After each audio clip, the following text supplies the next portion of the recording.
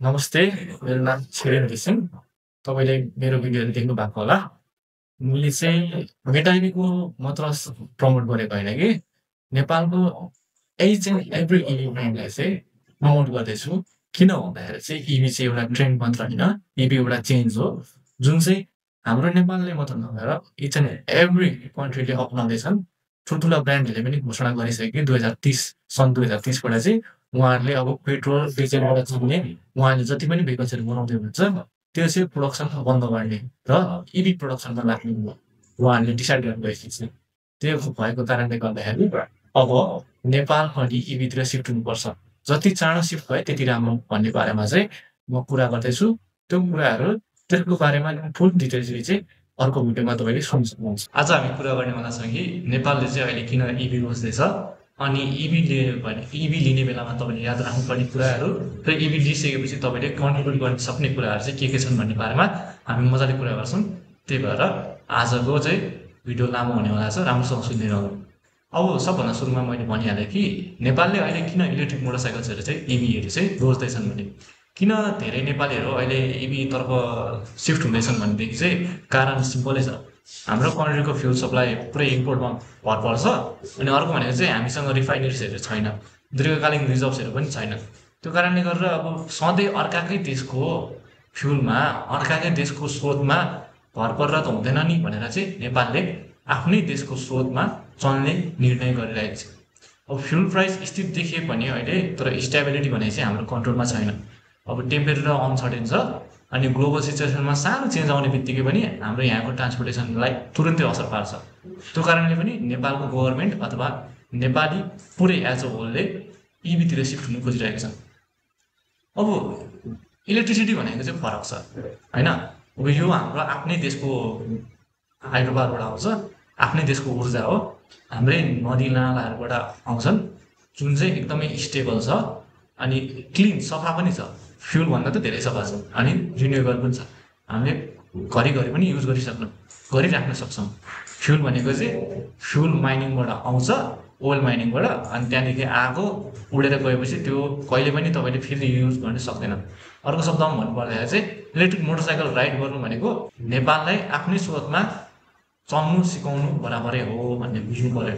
अब धेरैलाई चाहिँ इलेक्ट्रिक भेहिकल्सहरू चाहिँ अब फेसन ट्रेन्ड जस्तो लाग्ला, तर यो फेसन ट्रेन्ड भने चाहिँ होइन। यो यस्तो ट्रान्सफर्मेसन हो कि जुन चाहिँ अर्को डिकेडमा तपाईँले मात्र नभएर प्रत्येक मोडर्न सिटी अनि प्रत्येक एज अ ग्लोबल्ली नै उनीहरूले फेस गर्नुपर्ने हुन्छ।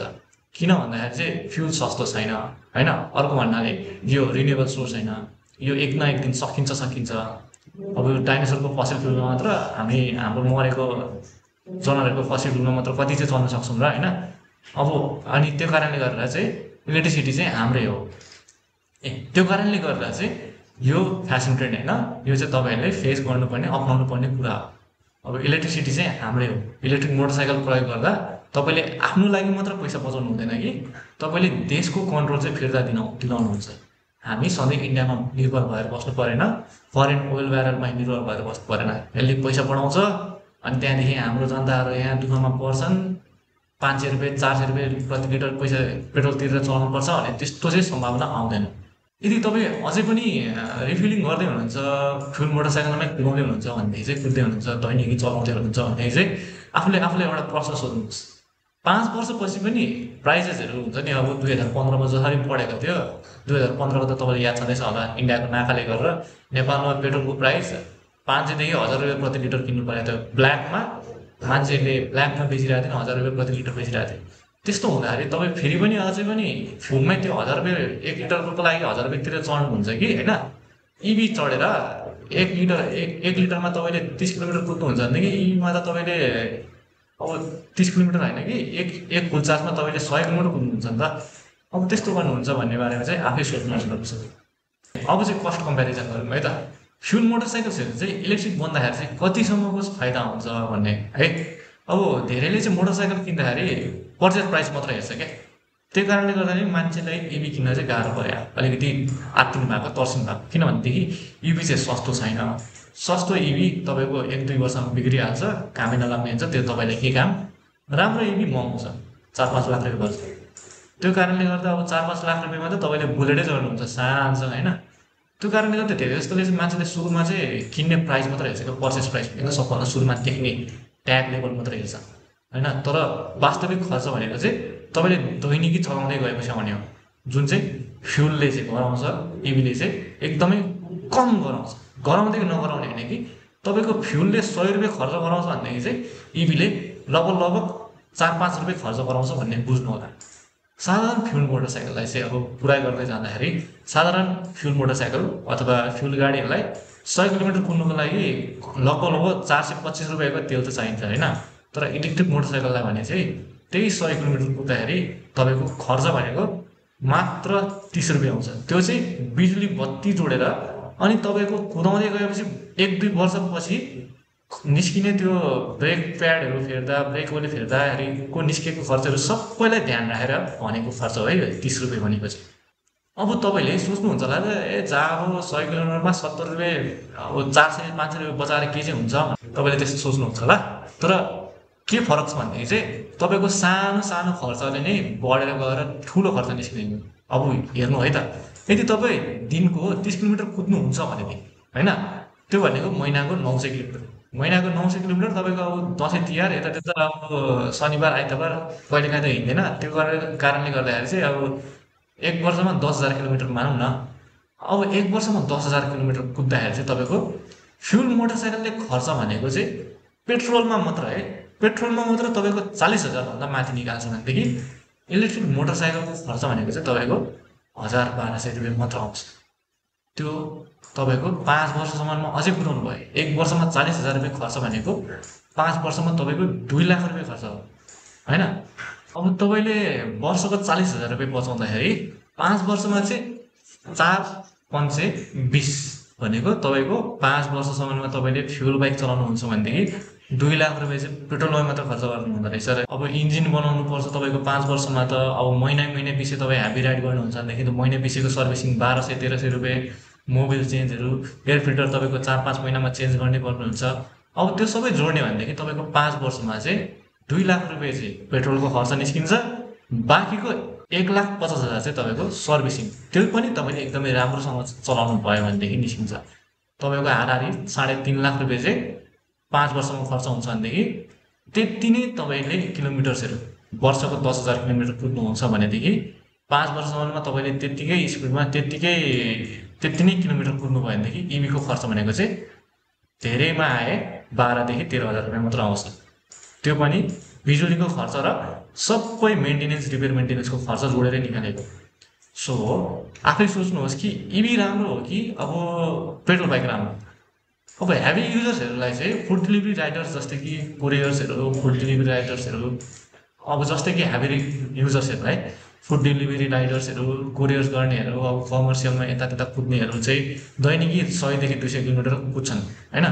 अर्थात् त्यो भनेको 1 वर्षमा 30,000 देखि 50,000 किलोमिटर कुद्ने गर्छ। अब तपाईँले त्यसरी 1 वर्षमा 40,000-50,000 किलोमिटर कुद्नुहुन्छ भनेदेखि फ्युल बाइकले चाहिँ तपाईँको 1 वर्षमा फ्युलले मात्र चाहिँ 1,20,000 देखि 2 लाखसम्म चाहिँ 1 वर्षमा तपाईँको पेट्रोलले खर्च गराउँछ, पेट्रोलमा मात्र खर्च जान्छ।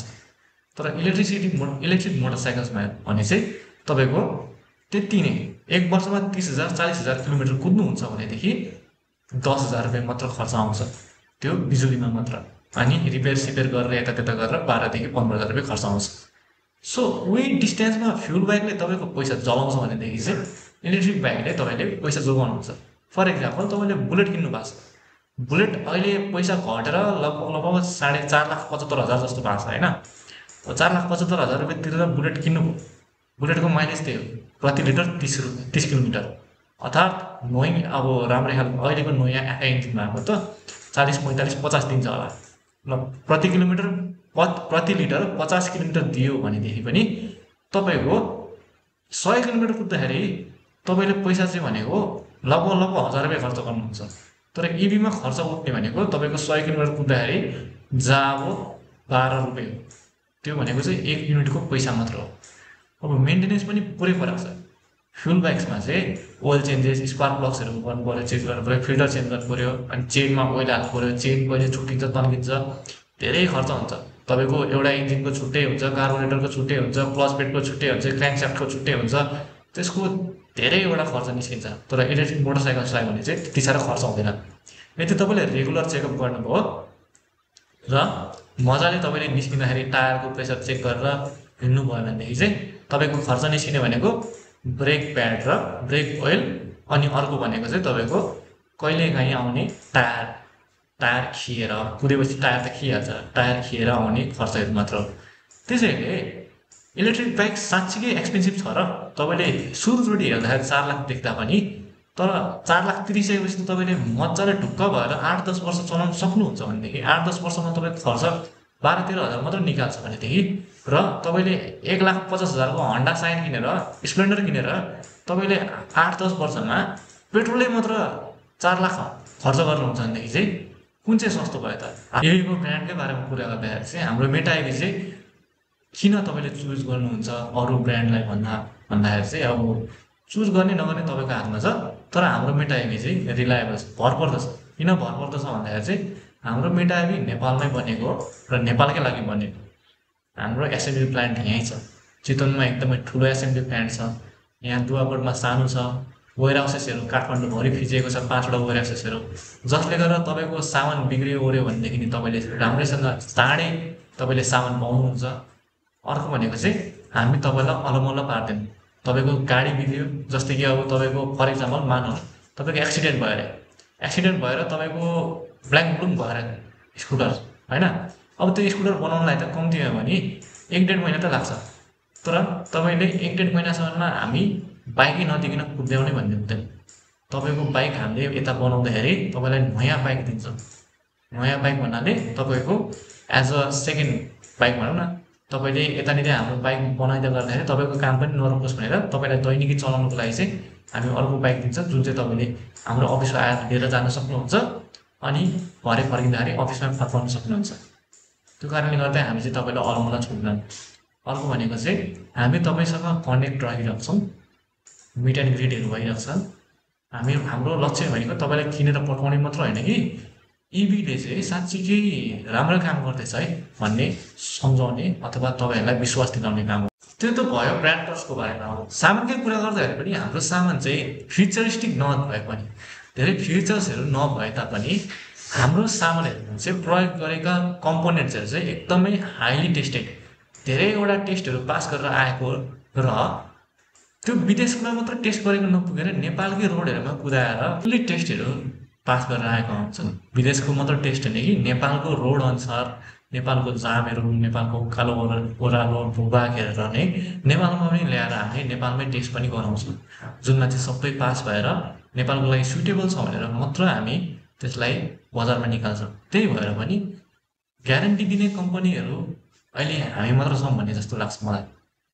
हामी तपाईँलाई ब्याट्रीमा 3 इयर्सको ग्यारेन्टी दिन्छ, जुन चाहिँ रिप्लेसमेन्ट ग्यारेन्टी हो। त्यो भनेको चाहिँ तपाईँको बनाउने ग्यारेन्टी होइन कि रिप्लेसै गर्ने खालको ग्यारेन्टी हो। यदि तपाईँको 3 वर्षभन्दा अगाडि नै तपाईँले भेहिकल किन्नुभएको 3 वर्षभन्दा अगाडि नै तपाईँको ब्याट्रीले चाहिँ भनेको जति रेन्ज दिएन, तात्तिने फुल्लिने भयो भनेदेखि हामी तपाईँलाई नयाँ ब्याट्री प्रोभाइड गरिदिन्छौँ, तपाईँको पुरानो ब्याट्री रिप्लेस गरेर फ्री अफ कस्ट। त्यसलाई चाहिँ हामी ग्यारेन्टी भनेर चाहिँ बुझ्नु होला।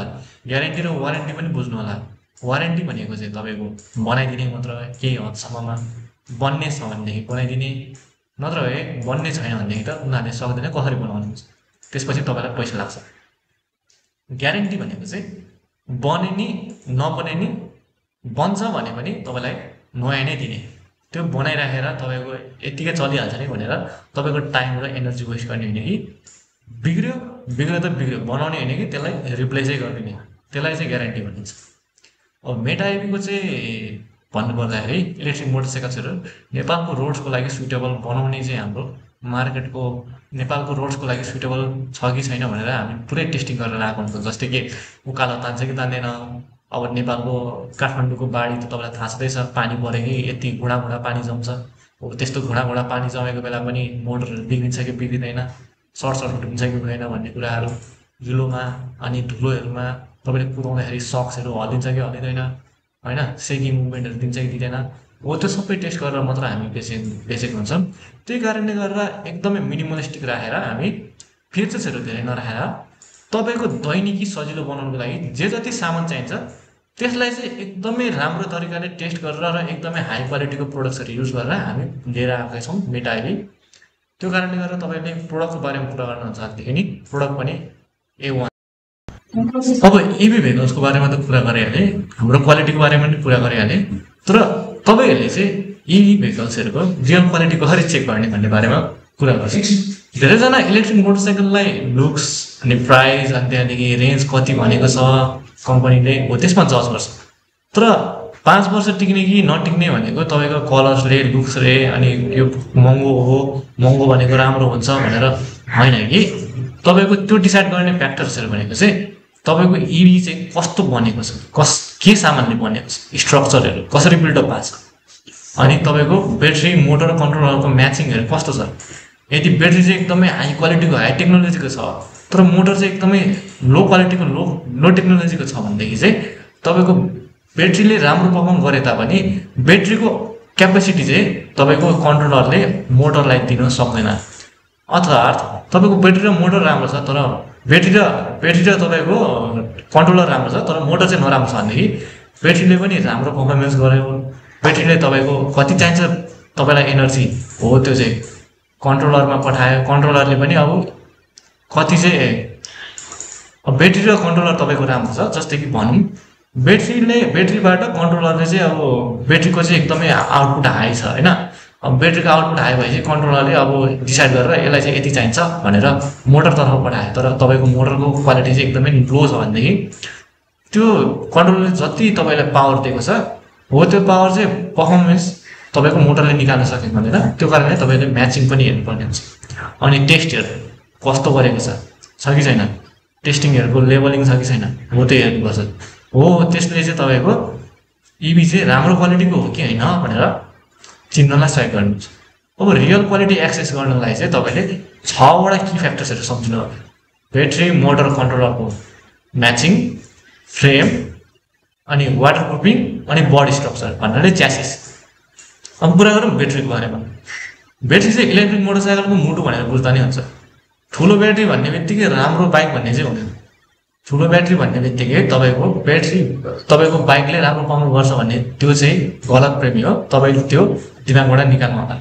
ब्याट्री राम्रो छ कि छैन भन्नाले चाहिँ तपाईँको कसरी थाहा हुन्छ भनेदेखि स्टेबिलिटी छ कि छैन, सेफ्टी भन्नाले फुल्लिन्छ कि फुल्लिँदैन, लड्यो भनेदेखि सर्ट सर्किट हुन्छ कि हुँदैन, आगो लाग्छ कि लाग्दैन। अनि अर्को भनेको चाहिँ लाइफ स्प्यान, यसको लाइफ स्प्यान कति हो, यो 10 वर्ष टिक्छ कि टिक्दैन हो। त्यस्तो कुराले चाहिँ ब्याट्री राम्रो छ कि छैन भनेर तपाईँलाई डिसाइड गर्नलाई सहयोग गर्छ। अब मार्केटमा चाहिँ मुख्य प्रकारको ब्याट्रीहरू चाहिँ लिड एसिड छन्, ग्राफिन छन् अनि टर्नरी लिथियम भन्ने छन् र अहिले आएको सबभन्दा न्युएस्ट टेक्नोलोजीको र globally recognised as the safest battery भनेर लिथियम आइरन फस्फेट LFP अर्थात् ब्लेड ब्याट्री। अब राम्रो ब्याट्रीको तपाईँको 3वटा खुबीहरू हुन्छ। जस्तै पावर क्यापेसिटी म्याचिङ छ कि छैन। यदि तपाईँको मोटर 2000 भन्दा माथिको छ भनेदेखि त्यसलाई चाहिँ 72 भोल्टको सिस्टम चाहिन्छ। त्योभन्दा कमको सिस्टमले चाहिँ तपाईँलाई स्टार्टै राम्रो दिँदैन, तपाईँले पावरै फिल गर्नु हुँदैन। अनि मेटेरियल र क्राफ्टम्यानसिप कस्तो छ। LFP को भने अब ब्लेड ब्याट्रीको कुरा गर्ने भनेदेखि चाहिँ यसको 2000 प्लस साइज 4 साइकल छ। यो चाहिँ यसको 2000 प्लस 4 साइकल भनेको तपाईँ यदि दिनको 30 किलोमिटर मात्र कुद्नुहुन्छ भनेदेखि 8 देखि 12 वर्ष मजाले टिक्छ। अनि फुल हुँदाखेरि पनि भोल्टेज स्टेबल हुनु पर्यो होइन। तर विक ब्याट्रिजहरूको चाहिँ लाइफ स्प्यान भनेको चाहिँ 6 महिनामै बिग्रिन्छ। त्यो कारणले मेटेरियल कस्तो युज गरेछ, क्राफ्टम्यानसिप कस्तो युज गरेछ त्यसमा भर पर्छ।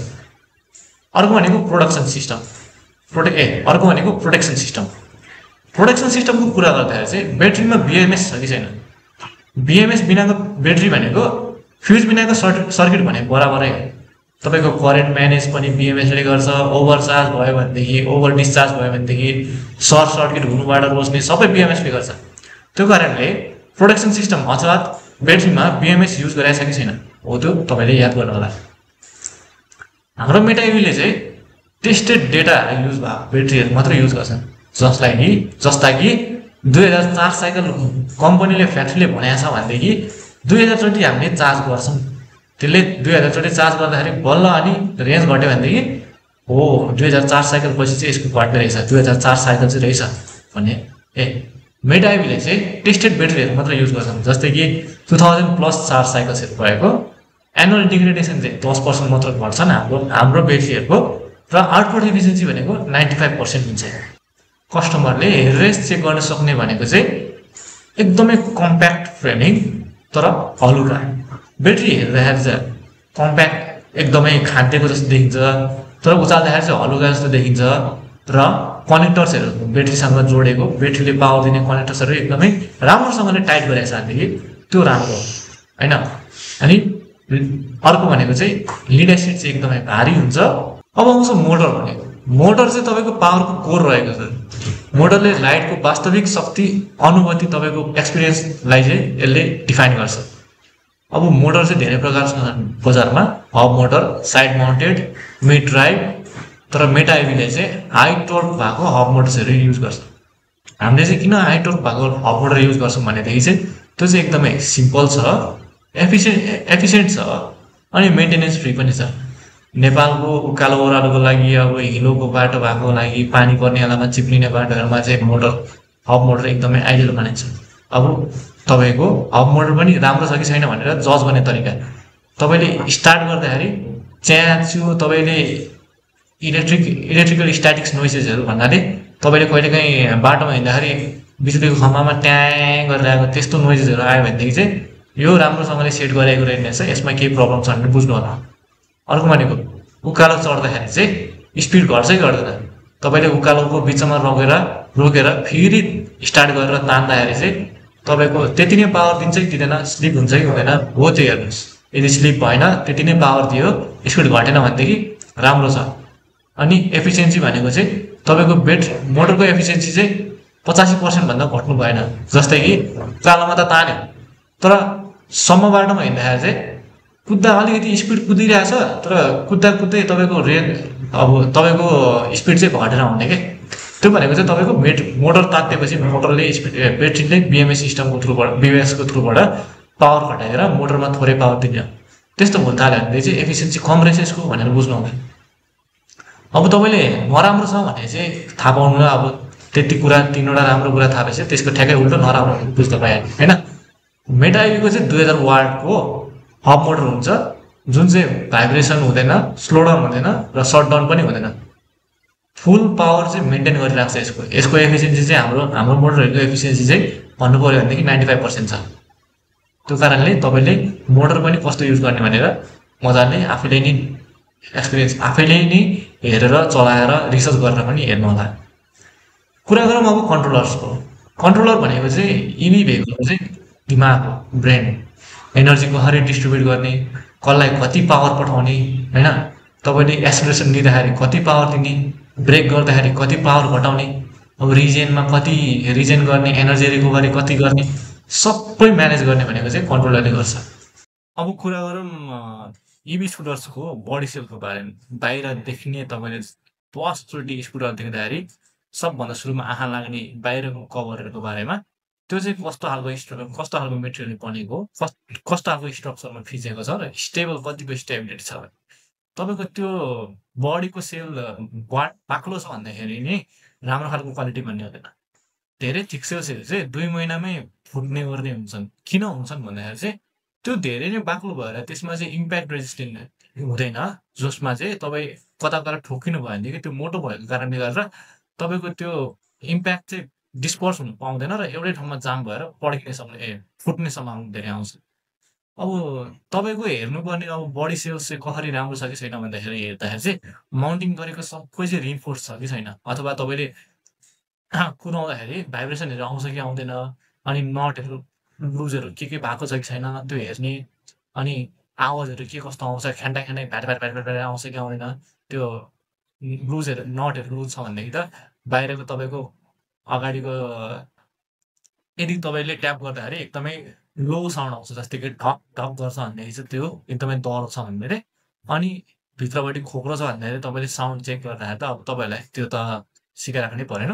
अर्को भनेको खुट्टा राख्ने ठाउँ, तपाईँले खुट्टा राख्दाखेरि धेरै हल्लिन्छ कि हल्लिँदैन, कतिको डर छ कि छैन त्यो हेर्ने हो।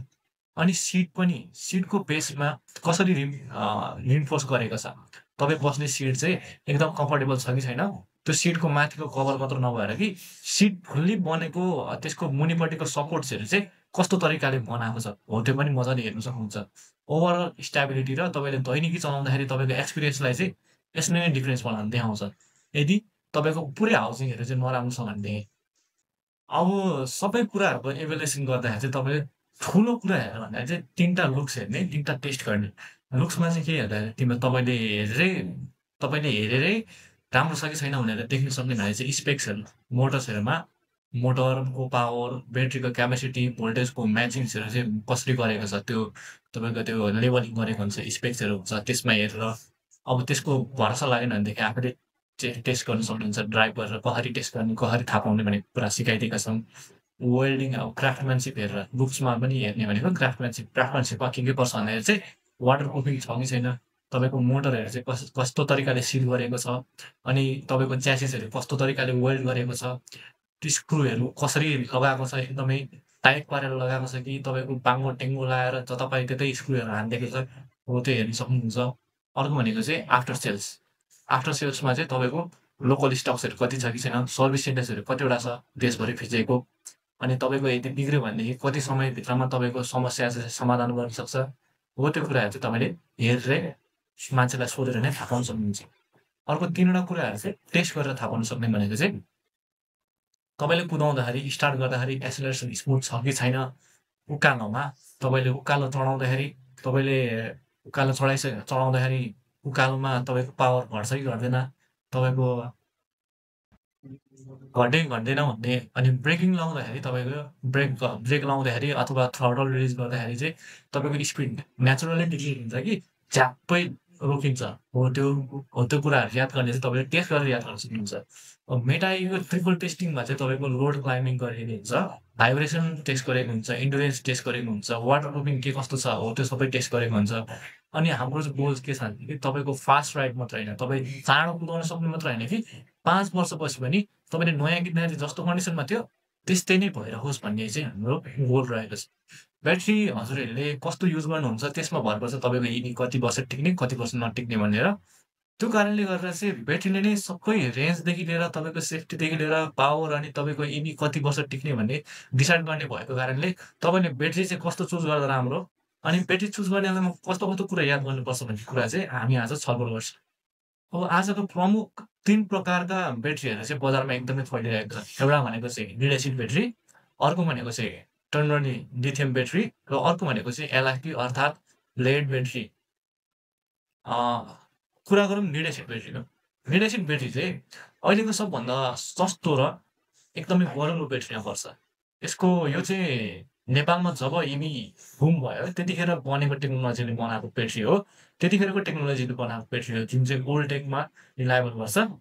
अनि त्यतिखेर भनेको चाहिँ तपाईँको त्यतिखेर बन्दाखेरि चाहिँ एकदमै मास प्रोड्युस भएको कारणले गर्दा यसको कस्ट पनि एकदमै कम हुन्छ, स्टेबल छ, मेन्टेनेन्स गर्न पनि सजिलो छ। तर नेपालको जस्तो रफ रोड्सको लागि चाहिँ अनि रिपेयर सप्सहरू धेरै ठाउँमा नभएको कारणले गर्दाखेरि चाहिँ यो चाहिँ सर्ट डिस्टेन्सको लागि तपाईँलाई सुट गर्छ। र अर्को भनेको चाहिँ तपाईँको 10-15 किलोमिटर दिनको मात्र कुद्नुहुन्छ भनेदेखि चाहिँ तपाईँलाई बेस्ट हुन्छ। यसको डाउन साइड्सहरूको बारेमा कुरा गर्दाखेरि चाहिँ गह्रौँ हुन्छ, यो ब्याट्री एकदमै गह्रौँ भएको कारणले तपाईँको यसको रेन्ज पनि एकदमै कम हुन्छ। तपाईँलाई यो सिधा बाटोमा हिँड्नुहुन्छ र छोटो यात्रा गर्नुहुन्छ भनेदेखि चाहिँ राम्रो हुन्छ। अनि अर्को भनेको चाहिँ यसको लाइफ साइकल चाहिँ एकदमै कम हुन्छ, यसको 300 साइकल्स मात्र हुन्छ भनेदेखि 1.5 वर्षपछि चाहिँ यसको कामै नलाग्ने हुन्छ यो ब्याट्री। त्यो कारणले तपाईँले यो ब्याट्री लिनुहुन्छ भनेदेखि यदि तपाईँको बजेट कम छ भन्नाले तपाईँले इफ कुरा गरौँ न तपाईँले 1,20,000 रुपियाँमा तपाईँले पेट्रोल बाइक पाइराख्नु भएको छ भनेदेखि त्यसको रेन्ज चाहिँ तपाईँको 1 लिटरमा 40 किलोमिटर छ अरे मान्नु है। 1,20,000 रुपियाँको अब लो क्वालिटीको स्कुटर तर रेन्ज चाहिँ राम्रो दिएको छ, 1 लिटरले 40 किलोमिटर छ भनेदेखि। अनि इभी स्कुटर त अब 1,20,000 भनेर एकदमै कम हो, अब 2 लाखसम्म त पर्छ। अब 2 लाखको इभी स्कुटर किन्नु छोडेर तपाईँले 1,20,000 को पेट्रोल बाइक स्कुटर किन्दा नि हुन्छ, किनभनेदेखि तपाईँले 1,20,000 रुपियाँ हालेर पेट्रोल बाइक किन्नुभयो, बाँकी 80,000 रुपियाँले तपाईँ दिनको 10 किलोमिटर मात्र कुद्नुहुन्छ भनेदेखि चाहिँ तपाईँको 80,000 सकिन्जेलसम्ममा तपाईँले दिनको 10 किलोमिटरको दरमा कुदाउनुहुन्छ भनेदेखि तपाईँको त्यो 80,000 रुपियाँ सकिनुको लागि तपाईँलाई 4-5 वर्ष लाग्छ। त्यो कारणले गर्दाखेरि तपाईँले लिड एसिड ब्याट्री चाहिँ 1-2 वर्षमै चेन्ज गर्नुपर्छ। 1-2 वर्षपछि तपाईँको यो खर्च निकाल्छ। त्यसको साटो बरु तपाईँले पेट्रोल वाला बाइक नै लिएको राम्रो। अर्को कुरा आउँछ टर्नेली लिथियमको ब्याट्री। टर्नेली लिथियम चाहिँ तपाईँको एकदमै हल्का हुन्छ। हल्का भएको कारणले रेन्ज दिन्छ, राम्रो रेन्ज दिन्छ। तर यसको डाउन साइड भनेको चाहिँ यसले चाहिँ धेरै हिटमा चाहिँ काम पर्फर्म गर्न सक्दैन। हाई एनर्जी डेन्सिटी भएको कारणले यो छिटो कुद्छ, लामो रेन्जसम्म कुद्छ, तर हिटमा चाहिँ भनरेबल हुन्छ। जसको कारणले गर्दा यसको लाइफ स्प्यान चाहिँ एकदमै ग्रेजुअली डिक्रिज हुन्छ, चाँडै घट्छ। त्यो कारणले गर्दा यो पनि 2-3 वर्षमै बिग्रिहाल्छ। अब मेटाइबीले चाहिँ यस्तो मेटाइबीले चाहिँ हाम्रो टर्नेली लिथियमको ब्याट्री युज गर्दाखेरि हामी बीएमएस अथवा स्मार्ट प्रोडक्सनहरू युज गर्छौँ, ब्याट्री म्यानेजमेन्ट सिस्टमहरू युज गर्छौँ, जसले गर्दा पर सेलको टेम्परेचर ब्याट्री बीएमएसले ग्रेजुअली डिक्रिज गर्छ, मोनिटर गर्छ, भोल्टेज मोनिटर गर्छ, ओभरचार्ज हुनुबाट बचाउँछ, ओभर हिट हुनुबाट बचाउँछ, अनि ओभर करेन्टहरू पनि रोक्छ। जसले गर्दा मेटाइबीकोमा चाहिँ तपाईँको टर्नेली लिनुहुन्छ भनेदेखि चाहिँ 800 देखि 1000 साइकल पर्नुहुन्छ। छोटो यात्रा गर्नुहुन्छ भनेदेखि 3 देखि 4 वर्षको लागि चाहिँ एकदमै बेस्ट हुन्छ। तर याद राख्नुपर्ने कुरा चाहिँ के छ भनेदेखि तपाईँले 3 देखि 4 वर्षमा चाहिँ यो फेर्नु नै पर्ने हुन्छ भन्ने कुरा। अब आउँछ बजारको सबभन्दा लेटेस्ट टेक्नोलोजीले बनेको र ग्लोबल्ली एप्रुभ ब्याट्री जुन चाहिँ सेफ भनेर मानिन्छ, त्यो चाहिँ एलएफपी ब्याट्री। एलएफपी ब्याट्री चाहिँ सेफ छ, ड्युरेबल छ र यसको लाइफ साइकल पनि एकदमै लामो भएको कारणले गर्दा नेपालको लागि चाहिँ एकदमै राम्रो छ। एलएफपी आजको सबैभन्दा स्टेबल केमिस्ट्रीले बनेको ब्याट्री हो।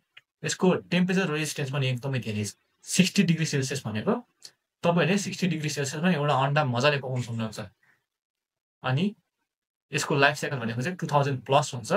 यदि तपाईँ दिनको 40 देखि 60 किलोमिटरसम्म कुद्नुहुन्छ भनेदेखि पनि तपाईँले दिनै 40-50 किलोमिटर कुदाउनु भयो भने पनि 5 वर्षसम्म चाहिँ मजाले टिक्छ यो। त्यही कारणले गर्दा हाम्रो रोजाइ पनि एलएफपी अथवा ब्रेड ब्याट्री रहेको छ। हाम्रो यो एलएफपी अथवा ब्रेड ब्याट्रीलाई चाहिँ कसरी स्टेबल गराएको छौँ, यसलाई पनि तपाईँको ब्याट्री मात्र राम्रो भएर हुँदैन। मैले हिजो पनि कुरा गरेको थिएँ, ब्याट्री सँगसँगै मोटर कन्ट्रोलर पनि राम्रो हुनुपर्छ।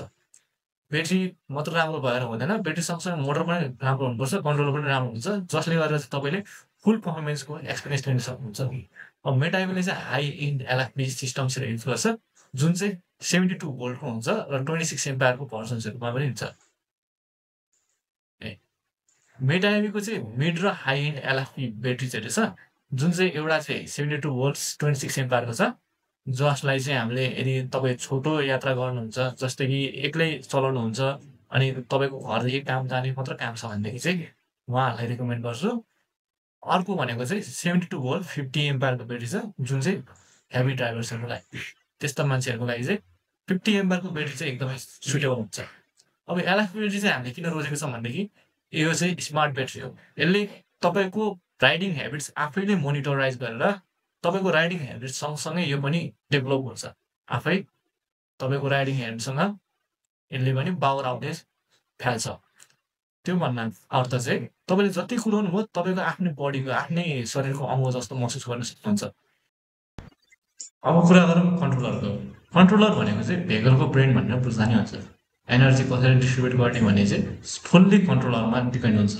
तपाईँको एक्सेलरेसनमा कति पावर फ्याल्ने, ब्रेकिङ गर्दाखेरि कति चाहिँ पावर निकाल्ने, प्याक गर्ने, कट गर्ने, रिजनमा इनर्जी रिकभरीमा चाहिँ कसरी चाहिँ पावर बचाउने हो, यो सबै कन्ट्रोलरले नै म्यानेज गर्छ। अब कन्ट्रोलरको की स्पेक्सहरू चाहिँ तपाईँले याद गर्नुपर्ने चाहिँ कस्तो भनेदेखि कन्ट्रोलरको पिक करेन्ट भनेको चाहिँ 30 to 35 एम्पियरको हुनुपर्छ। त्यो भनेको मिड टु हाईको कन्फिगरेसनमा पर्छ। अनि त्यसको ओरिजिनल टेम्परेचर स्टेबिलिटी चाहिँ -10 डिग्रीको चिसोमा पनि काम गर्न सक्ने र हिटमा तातोमा 60 डिग्री सेल्सियसको तातोमा पनि मजाले काम दिन सक्ने हुनुपर्छ। र करेन्ट रेस्पोन्स टाइम भनेको चाहिँ तपाईँको मोटर ब्याट्रीबाट करेन्ट फ्याल्दाखेरि कन्ट्रोलरले चाहिँ डिस्ट्रिब्युट गर्ने टाइम भनेको चाहिँ अब सबै डिसाइड गर्नुपर्ने टाइम भनेको चाहिँ 0.1 सेकेन्ड चाहिँ हुनुपर्ने हुन्छ। अनि बल्ल राम्रो कन्ट्रोलर हो भनेर तपाईँले ढुक्कसँगले किन्न सक्नुहुनेछ। अब मेटाइबीको कुरा गर्ने भन्दाखेरि चाहिँ मेटाइबीको चाहिँ टेम्परेचर र मोइस्चर रेजिस्टेन्स हुन्छ, प्रोटेक्सन हुन्छ। तपाईँको लङ क्लाइम्समा ओभर हिटिङ हुँदैन, किनभनेदेखि राम्रो कन्ट्रोलर युज गरेको हुन्छौँ। रेनमा पानी परेको भने फेलियर हुँदैन, तपाईँको सर्ट सर्किट हुने भन्ने हुँदैन। ब्रेकिङ पछि तपाईँको पावर पनि स्मुथसँगले फिर्ता हुन्छ। अब ब्रेक हान्नेपछि अब फेरि पावर दिँदाखेरि तपाईँको 1 घन्टा लगाएर पावर दिने चाहिँ हुँदैन। त्यो चाहिँ सबै कन्ट्रोलरले डिसाइड गर्छ, त्यो याद गर्नु होला। अर्को कुरा गर्दाखेरि फ्रेम र तपाईँको स्केलेटनको कुरा गरौँ है त। फ्रेम भनेको चाहिँ तपाईँको अर्को कुरा गरौँ फ्रेमको बारेमा। फ्रेम चाहिँ अब इभी स्कुटरको हड्डीखुड्डी भनेर तपाईँले याद गर्नु हुँदैन। फ्रेम चाहिँ प्रायः जस्तो मान्छेहरूले नेग्लेक्ट गर्छ क्या, वास्तै गर्दैन। तर चिप मोडल्सहरूमा चाहिँ थिन पाइप्स अथवा रिसाइकल स्टिलहरूको फ्रेम राखेको हुन्छ, जुन चाहिँ तपाईँको लड्यो अथवा अफ रोडतिर जानुभयो भनेदेखि नै प्राइभेट हुने, अनि त्यहाँदेखि सकले राम्रोसँग पर्फर्म नगर्ने हो, त्यस्तो कामहरू, त्यस्तो कन्सेप्टहरू निस्किन थाल्छ। तर मेटाइबीको चाहिँ भनेको reinforced high carbon still use गरेको हुन्छ र ड्युअल साइड वेल्ड्स भनेको चाहिँ तपाईँको वेल्डिङ पनि अगाडि मात्र नभएर पछाडिपट्टि पनि गरेको हुन्छ होइन। अनि इन्टर्नल रिब्स भनेको च्यासिसमा पनि तपाईँको एक्सटेन्डेड पार्ट्सहरू, जस्तै कि तपाईँको एउटा रुखको ठुलो पिच्चाको लक त भइहाल्यो, मुढा त भइहाल्यो, त्यसको पनि हाँगा बिगा हुन्छ नि, हो त्यस्तै गरेर हाँगा बिगाहरू पनि राखेको छन्, जसले गर्दा तपाईँको वेट डिस्ट्रिब्युट राम्रोसँग हुन्छ। अनि तपाईँको 120 केजी मान्छे बाहेकको 120 केजीको लोड चाहिँ टेस्ट पास गरेको छ। र मेटाइबीको चाहिँ कुरा गर्दाखेरि हाम्रो चाहिँ 120 केजीको स्टार्टिङ लोड्सहरू पनि पास गरेको, टेस्ट पास गरेको छ, जुन भनेको चाहिँ तपाईँ मान्छे चढेर अनि अझै त्यसमाथि 120 केजी अझै थपेर चलाउँदाखेरि पनि तपाईँको उकालो ओह्रालो मजाले तान्ने त्यस्तो पास गरेको छ। भनेदेखि पट होल्स उकालो ओह्रालो मजा 120 केजीको लोड राख्दाखेरि पनि तपाईँको फ्रेममा चाहिँ केही डिफर्मेसनहरू नहुने त्यस्तो चाहिँ पास गरेको छ। अर्को कुरा गर्दाखेरि चाहिँ 20 किलोमिटर प्रति घन्टामा तपाईँको खाल्टो खुल्टी भएको बाटोमा कुदाउँदाखेरि पनि सकले राम्रोसँग सब एक्जर्भ गर्दैन, तपाईँको स्केलेटन भन्नाले फ्रेममा ओभरअल तपाईँको लुक्समा चाहिँ राम्रो त्यस्तो केही बाङ्गो ओर्यो, अब के अरे भाँचिने ओर्ने हल्लिने भाइब्रेट हुने चाहिँ भएको देखेको थिएन। हो त्यस्तो टेस्टहरू पनि पास गरेर आएको छ। अब कस्टमरले चेक गर्न सक्ने भनेको चाहिँ तपाईँको इभी स्कुटरको च्यासिस एकचोटि डिस्प्लेमा राखेको छ कि छैन भनेर हेर्ने। यदि कुनै पनि ब्रान्डले चाहिँ उसको च्यासिसलाई चाहिँ डिस्प्लेमा देखाएको छैन अथवा देखाउनु खोज्दैन भनेदेखि चाहिँ बुझ्नुहोस् कि राम्रोसँगले च्यासिस चाहिँ राम्रो मेटेरियलले बनाएको छैन र राम्रोसँगले बनाएको छैन भन्ने। यदि डिस्प्लेमा छ भनेदेखि तपाईँले याद गर्नुपर्ने कुरा चाहिँ वेल्डिङ कस्तो पाराले गरेको छ होइन। तपाईँको लोवर ट्युब्सहरू थिन छ कि छैनन् भनेदेखि चाहिँ राम्रो, थिन छ भनेदेखि पातलो छ भनेदेखि नराम्रो। पेडल्स ह्यान्डल बार्सहरूको वरिपरिको नोइजहरू कस्तो छ त, के कस्तो छ तपाईँले चढेर हेर्दाखेरि चाहिँ। अब ह्यान्डल बारहरूमा तपाईँले ह्यान्डल यता त्यता गर्दाखेरि कोनको आवाज आउँछ कि आउँदैन, हो त्यस्तै याद गर्ने। सेफ्टी स्लोगन्सले तपाईँले च्यासिसहरू राम्रो छ, च्यासिसहरूको बारेमा तपाईँले इभीको फुल्ली स्ट्रक्चर हेर्दाखेरि चाहिँ त्यहाँको सेफ्टी स्लोगन्सहरू जस्तै कि स्टिकर्सहरूमा लेखेको हुन्छ नि, यसरी नकुदाउनु उसरी नकुदाउनु भनेर, हो त्यसरी त्यो लेखेको हेरेर चाहिँ यस्तो यस्तो डिस्क्रिप्सनहरू लेखेर रहेछ, यस्तो यस्तो स्लोगन्सहरू टाँसेको रहेछ भनेर मक्क पर्ने होइन कि स्टिलले यो कुन चाहिँ प्रकारले बनेको छ त, त्यो लोगो सेफ्टी सेक्सन चाहिँ साइड लाइदिन्छ, सेकेन्डरी कुरा भयो। प्राइमेरी कुरा चाहिँ भनेको कुन चाहिँ मेटेरियलले बनेको छ र कसरी बनेको छ, क्राफ्टमा चाहिँ कस्तो छ भनेर हो त्यो क्वेसन गर्ने चाहिँ तपाईँको फर्स्ट तपाईँको काम भयो। अर्को आउँछ वाटरप्रुफ। नेपालको मनसुनमा इभी सर्भाइभ गर्न सक्छ कि सक्दैन भन्ने कुरा। हेभी रेन अनि धुलोहरू हिलोहरूले चाहिँ इभीमा फरक पार्छ कि पार्दैन भन्ने कुराहरू। अब मान्छेहरूको चाहिँ के सोच छ भनेदेखि पानीमा चलायो भनेदेखि इभी सर्ट सर्किट हुन्छ, हिलोले जाम गराइदिन्छ, इभी कुद्दैन, त्यस्तो चाहिँ तपाईँको हुने भनेको अनप्रोटेक्टेड मोटर्सहरूमा मात्र हो, जुन चाहिँ अब भन्नु त नमिल्यो तर पनि अनप्रोटेक्टेड मोटर्स भनेर भन्दाखेरि चाहिँ तपाईँले हेर्दाखेरि पनि देख्न सक्नुहुन्छ नि, जुन चाहिँ खुल्ला हुन्छ क्या। कस्तो खालको मोटर खुल्ला हुन्छ त तपाईँको साइड मोटर र सेन्टर मोटर्सहरू चाहिँ खुल्ला हुन्छ। अब हामीले चाहिँ हब मोटर युज गरेको हुन्छौँ, जुनलाई चाहिँ मजाले प्रपरली सिट गरेको हुन्छ र IP67 रेटिङ्स दिएको हुन्छ। IP67 रेटिङको बारेमा मैले कुरा गरिसकेँ, जुन चाहिँ वाटर र डस्ट रेजिस्टेन्ट हुन्छ। प्रुफ होइन कि रेजिस्टेन्स। त्यसले केही हदसम्म चाहिँ डस्ट र वाटरलाई चाहिँ झेल्नु सक्छ। केही हदसम्म भन्दाखेरि चाहिँ 1 मिटर गहिरो पानीमा पनि तपाईँको इभी स्कुटरलाई डुबाएर राख्यो भनेदेखि पनि आधी घन्टासम्म चाहिँ त्यसले झेल्नु सक्छ।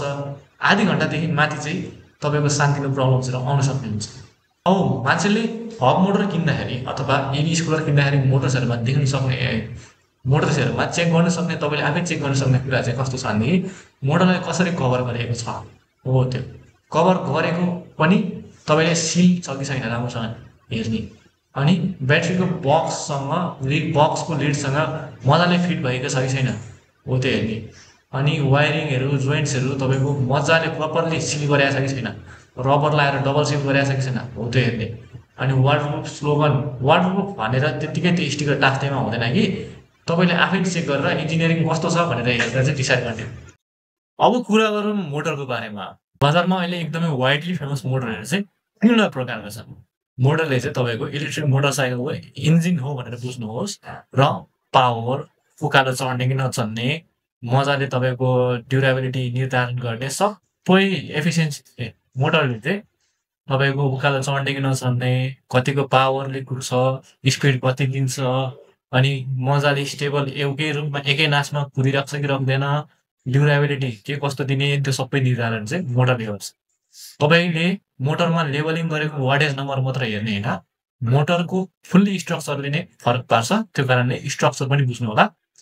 अनि अघि मैले भनिहालेँ, मार्केटमा 3 प्रकारका मोटरहरू चाहिँ एकदमै फेमस छन्।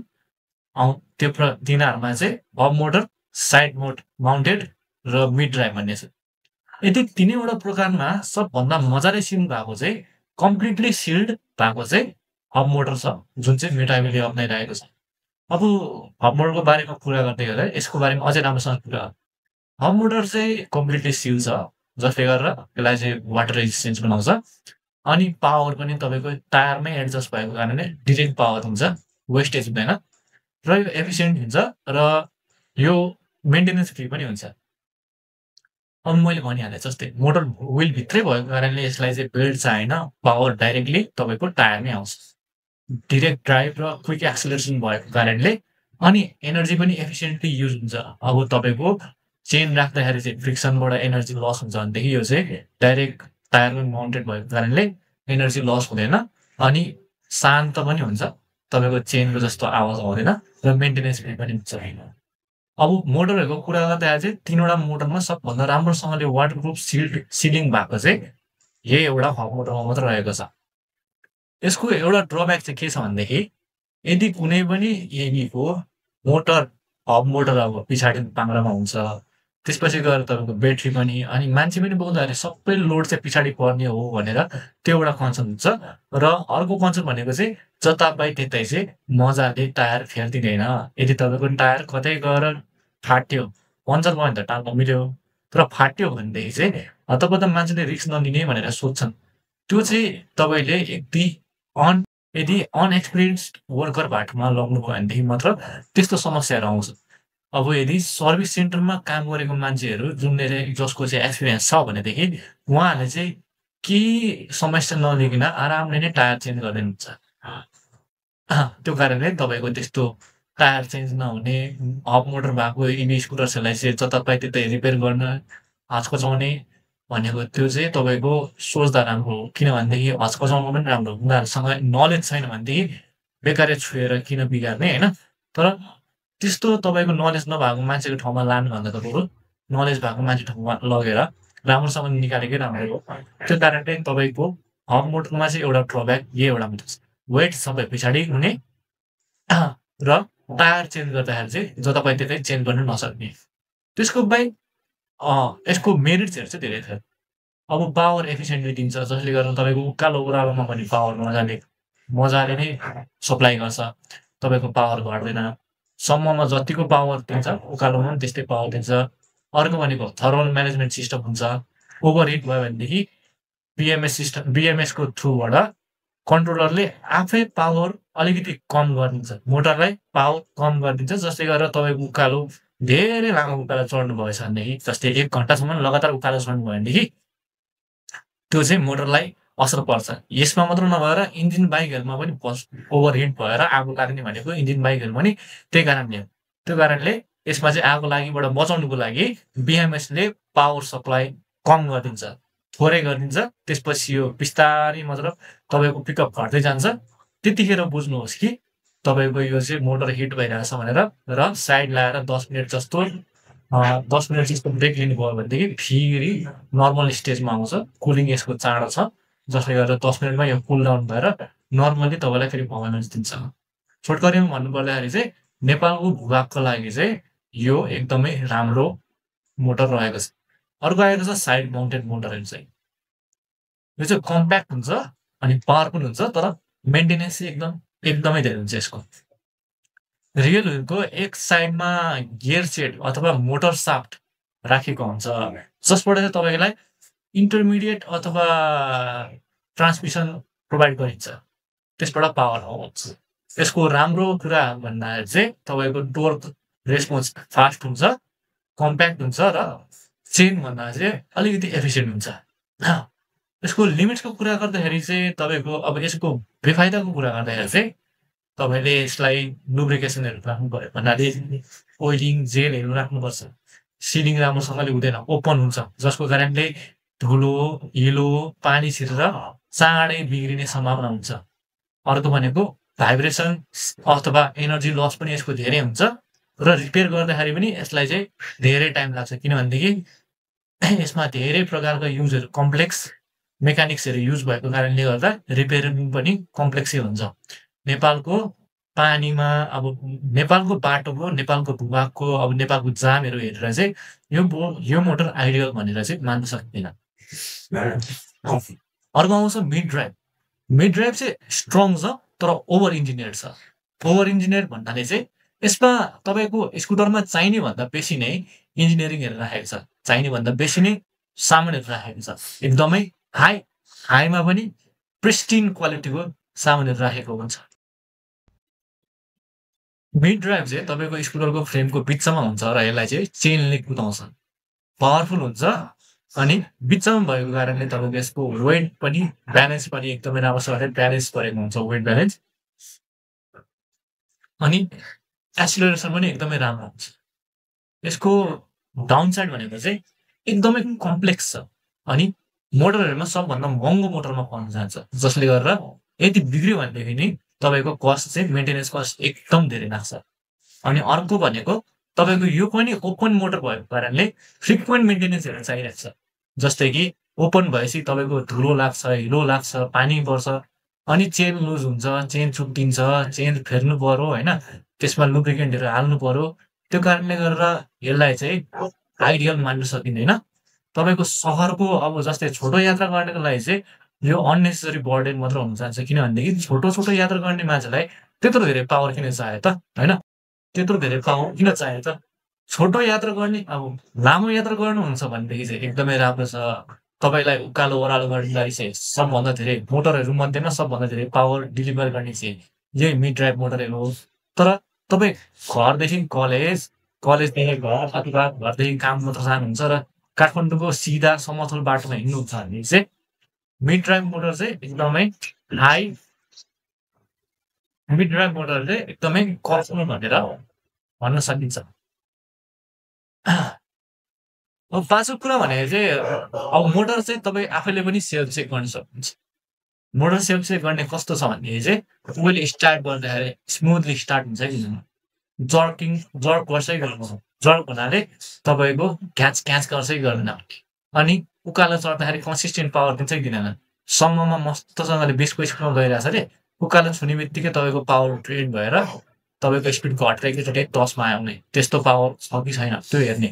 त्यस्तो भयो भनेदेखि नराम्रो मोटर भनेर बुझ्न सक्नुहुन्छ। अनि लामो बेरसम्म उकालो चढेपछि तपाईँको ओभरहिट हुन्छ कि हुँदैन, ओभरहिट भए तापनि कुलडाउन हुनलाई कति समय लाग्छ त्यो हेर्ने। यदि तपाईँको कुलडाउन हुनलाई 10 मिनटभन्दा बेसी समय लाग्छ भनेदेखि चाहिँ मोटर नराम्रो छ भनेर बुझ्दा हुन्छ। अर्को याद गर्नुपर्ने कुरा भन्दाखेरि तपाईँले एक्सेलरेट गर्दाखेरि तपाईँले स्पिड बढाउँदाखेरि चाहिँ आवाजहरू आउँछ कि आउँदैन, तपाईँको च्याचु गर्छ कि गर्दैन, ख्यान्टाख्यान्टुम हुन्छ कि हुँदैन, हो त्यो कुराहरू याद गर्ने। अनि स्पिड घटाउँदाखेरि पनि तपाईँले कतिसम्म चाहिँ कन्फिडेन्टली ब्रेक लाउन सक्नुहुन्छ र कति टाढाबाट स्पिड घटाउँदाखेरि कति टाढासम्म गएर रोकिन्छ हो त्यो कुराहरू पनि याद गर्न सक्नुहुन्छ। यदि तपाईँलाई चित्त बुझ्दो गरेर स्पिड पनि घट्छ र कन्फिडेन्टली तपाईँले ब्रेकिङ लाउन सक्छ भनेदेखि चाहिँ त्यो मोटर राम्रो भनेर थाहा पाउँछ। यदि सबै तपाईँको मैले भनेको यहाँनिर मध्ये सबै क्वालिटी चाहिँ तपाईँले चेक गर्नुभयो र सबैमा त्यसले राम्रो पर्फर्मेन्स दियो भनेदेखि तपाईँले जुनसुकै इभी किन्दा नि हुन्छ। यदि त्यो इभी ब्रान्डले चाहिँ यतिको राम्रो पर्फर्मेन्स दियो भनेदेखि अब मेटाइभीको मोटरहरूले चाहिँ यो सबै पास गरेको हुन्छ। हाम्रो चाहिँ मोटरहरू विदेशमै चेकिङ नभएर नेपालकै युजहरूमा पनि चेक गर्छौँ। किन भनेदेखि चाहिँ विदेशको सम्म बाटोमा त जस्तै सुकै पनि मोटरहरूले राम्रो पर्फर्म गरिहाल्छ, तर नेपालको जाम, नेपालको खाल्टाखुल्टी, उकालो ओह्रालो, पानी पर्ने बेलामा घुँडाको पानी हो, त्यस्तो कन्डिसन्सहरूमा नि पर्फर्म गर्छ कि गर्दैन भनेर हामीले यहाँनिर ल्याएर चेक गर्छौँ र त्यो चेक गरेर पास भएपछि बल्ल चाहिँ हामी यसलाई रेटिङ गरेर IP67 को रेटिङ दिएर वाटर प्रुफिङ छ, वाटर रेजिस्टेन्ट छ भनेर चाहिँ अनि राम्रो पर्फर्मेन्स दिन्छ भनेर त्यसरी लेबलिङ गरेर बल्ल पठाउँछ। अब मोटर ब्याट्री कन्ट्रोलर सबैको बारेमा तपाईँले बुझिहाल्नुभयो। अब मोटर ब्याट्री कन्ट्रोलर सबै राम्रो छ भने मात्र तपाईँको स्कुटरले राम्रो पर्फर्मेन्स दिने हो। यति तिनटामा कुनै पनि एउटा कम्पोनेन्टले चाहिँ अन्डर पर्फर्म गरिरहेछ भनेदेखि तपाईँको स्कुटरले राम्रो पर्फर्मेन्स दिन सक्दैन। इभीको ओभरअल क्वालिटी चाहिँ कसरी चेक गर्ने भन्ने बारे मैले इच एन्ड एभ्री कुराको चाहिँ माथि फुल्ली डिस्क्रिप्सनमा भनिसकेको छु, अगाडि नै भनिसकेको छु। सो यो चाहिँ समरी एज अ समरीको टाइप मात्र हो र तपाईँले के कुरा याद गर्नुपर्ने हो त्यो भन्छु है त। तपाईँले मैले सबै कुराको बारेमा फुल्ली डिस्क्रिप्सन, डिटेल डिस्क्रिप्सन चाहिँ माथि भनिसकेको छु। मोटरको, कन्ट्रोलरको, अनि तपाईँको ब्याट्रीको बारेमा, फ्रेमिङहरूको बारेमा होइन, वाटर प्रुफिङको बारेमा सबै तपाईँको माथि मैले अगाडि नै भनिसकेको छु। सो यो चाहिँ समरी एज अ समरीमा कुरा गर्छु होइन। तपाईँले ओभरअल चेक गर्दाखेरि के चेक गर्नु पऱ्यो भन्दाखेरि तपाईँको फ्रेम र वेल्डिङ।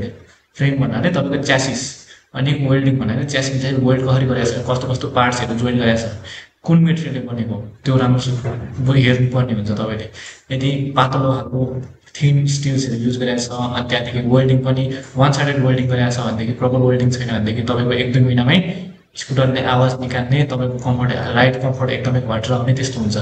अनि स्क्रुज अनि प्लास्टिक्सहरू भन्नाले तपाईँको बाहिरको फ्रेम भित्रको च्यासिस भएर अब बाहिरको प्लास्टिकको बाहिरको कभर बक्सहरू हेर्दाखेरि चाहिँ प्लास्टिक त्यो केले बनेको छ, त्यो प्लास्टिक कस्तो मेटेरियलले बनाएको छ, राम्रो छ कि छैन हो त्यो हेर्नुपर्ने हुन्छ। अनि स्क्रुजहरू कस्तो पाराले राखेको छ, एकदमै मिलाएर राखेको छ कि सिस्टमेटिक तरिकामा, कि हेर्दाखेरि नै तपाईँको पाङ्गो टिङ्गो एकदमै जता पाए त्यतै स्क्रू हाल्नेको छ कि हो त्यो हेर्नुपर्ने हुन्छ।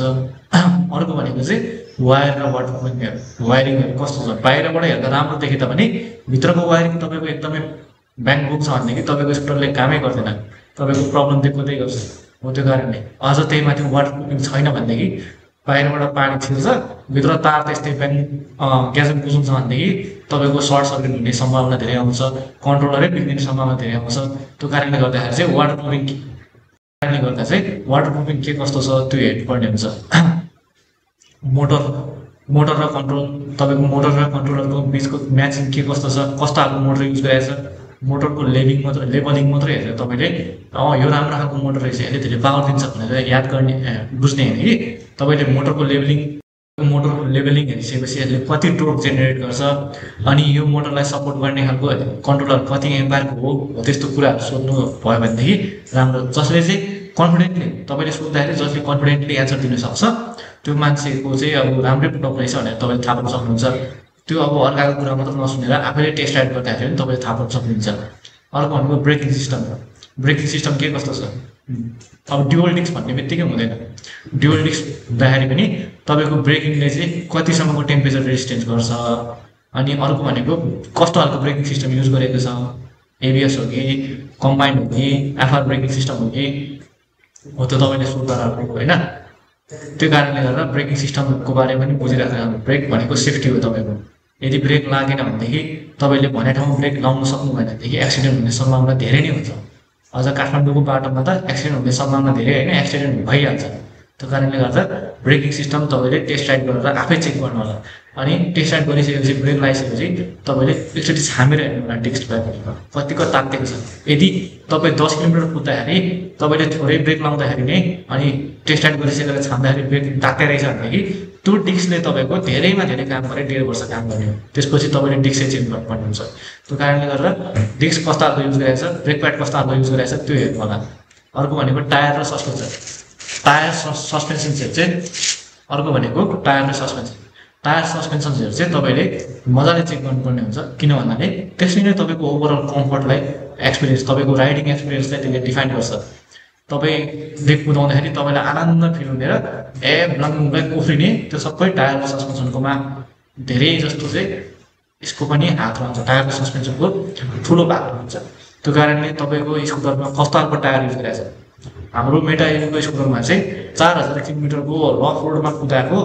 त्यस्तो 4000 किलोमिटरसम्ममा रफ रोडमा कुदाउँदाखेरि पनि राम्रोसँगले टिक्ने टायर खालको त्यो टेस्ट पास गरेर आएको टायरहरू युज गरेको छ।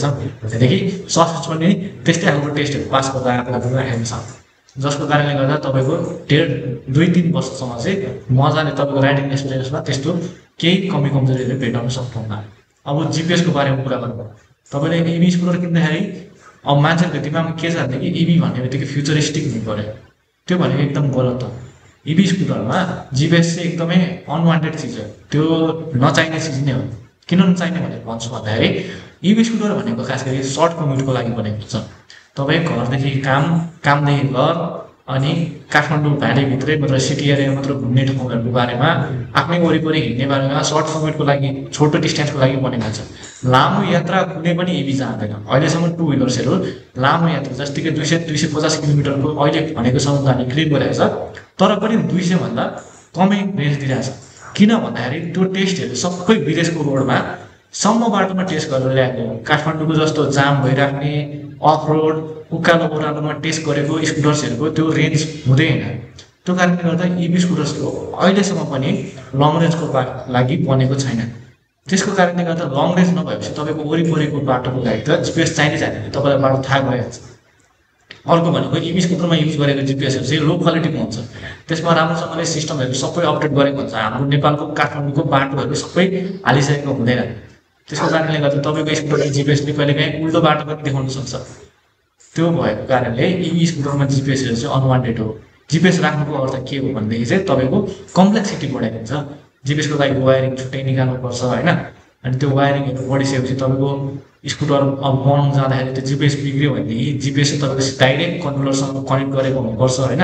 अनि त्यसरी जिपिएस बिग्रियो भनेदेखि तपाईँको कन्ट्रोलरमा पनि भार पर्छ। त्यो भनेको तपाईँको फ्युचर एक्सपेन्सेस धेरै हुनुभएको भनेको तपाईँको स्कुटर किन्दाखेरि फेक स्पेक्सहरूमा चाहिँ नफस्नु।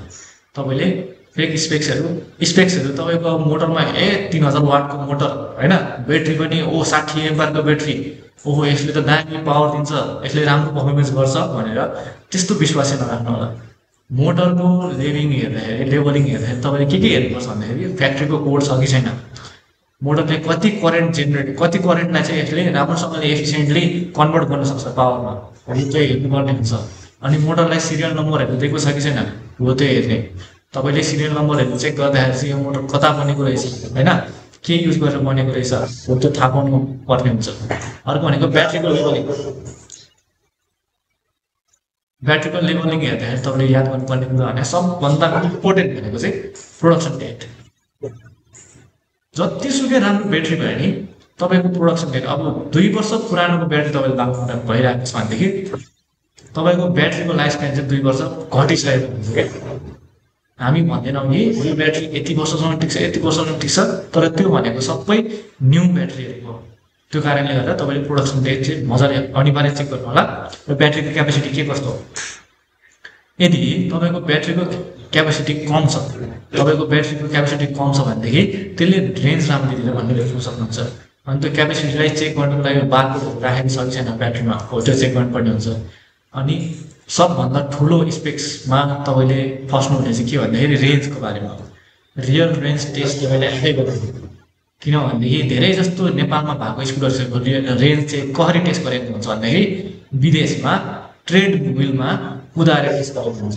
त्यो भनेको एउटा ठाउँमा राखेर एक्सिलेटर बढाउँदाखेरि मात्र यति रेन्ज दिन्छ भनेर उनीहरूले तोकेको हुन्छ। नेपालको जस्तो बाटो रफ रोड बाटो जाम हुने उकालो ओह्रालोमा टेस्ट गरेको हुँदैन त्यो कारणले गर्दाखेरि उनीहरूले भनेको रेन्जभन्दा कम रेन्ज दिनुको कारण त्यो त्यसले गर्दा तपाईँ रेन्जको बारेमा रेन्ज चाहिँ आफूले नै टेस्ट गर्नुहुन्छ राइड गरेर तपाईँ स्कुटर टेस्ट टाइप गर्दाखेरि 10 किलोमिटर चाहिँ तपाईँ कुद्नु होला आधी घन्टा 45 मिनट छुटाएर आफ्नो टाइम निकाल्नु नै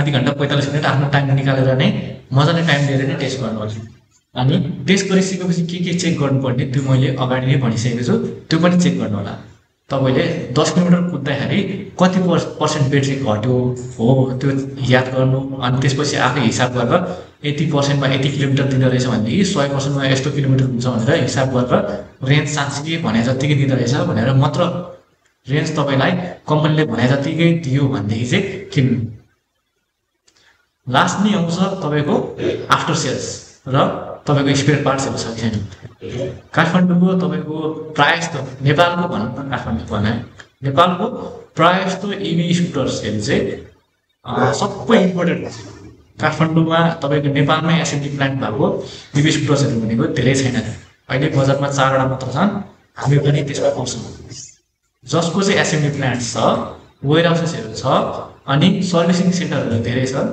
त्यसको किन्दा तपाईलाई राम्रो ईवी ले धेरै फ्रिक्वेन्ट मेन्टेनेन्स ईवी मा धेरै फ्रिक्वेन्ट मेन्टेनेन्स त चाहिदैन तर चाहिहाल्यो भनेदेखि चाहिँ जतापाई त्यतै नबनाउनेको कारणले गर्दाखेरि चाहिँ एसेम्बल चाहिँ यही हुन्छ कि हुँदैन अनि त्यहाँदेखि तपाईको एक्सिडेन्ट भएको बेलामा पार्ट चाहिएको बेलामा इजिली अवेलेबल छ कि छैन भन्ने बारेमा त्यस्तो पनि चेक गर्नु होला किनेर बेचेर पठाउने मात्र काम गर्छ कि यो कम्पनीले किनेर गएपछि समस्या आएको बेलामा मान्छेको समस्या पनि समाधान गर्छ भन्ने हो त्यो पनि रिसर्च गरेर मात्र किन्नु होला सो लास्टमा सबै कुरा मिलाएर भन्दाखेरि चाहिँ राम्रो ईवी मोटरसाइकल चाहिँ तपाईको अनुहार हेरेर हुँदैन हेर्दाखेरि राम्रो देखेर हुँदैन त्यसलाई एसेम्बली कसरी गरेको छ नेपालमा एसेम्बली प्लान्ट छ कि छैन त्यो हेर्नु वाटरप्रुफिङहरु के कस्तो छ कतिको रेटिङ दिएको छ IP67 भन्ने उनीको रेटिङ छ भनेदेखि वाटरप्रुफिङ छैन भने बुझ्न सक्नुहुन्छ ट्युनिङहरु के कस्तो गरेको छ तपाईको ब्रेकिङ सिस्टमहरु कस्तो राखेको छ सेफ्टी मेजर्सहरु कसरी ल्याएको छ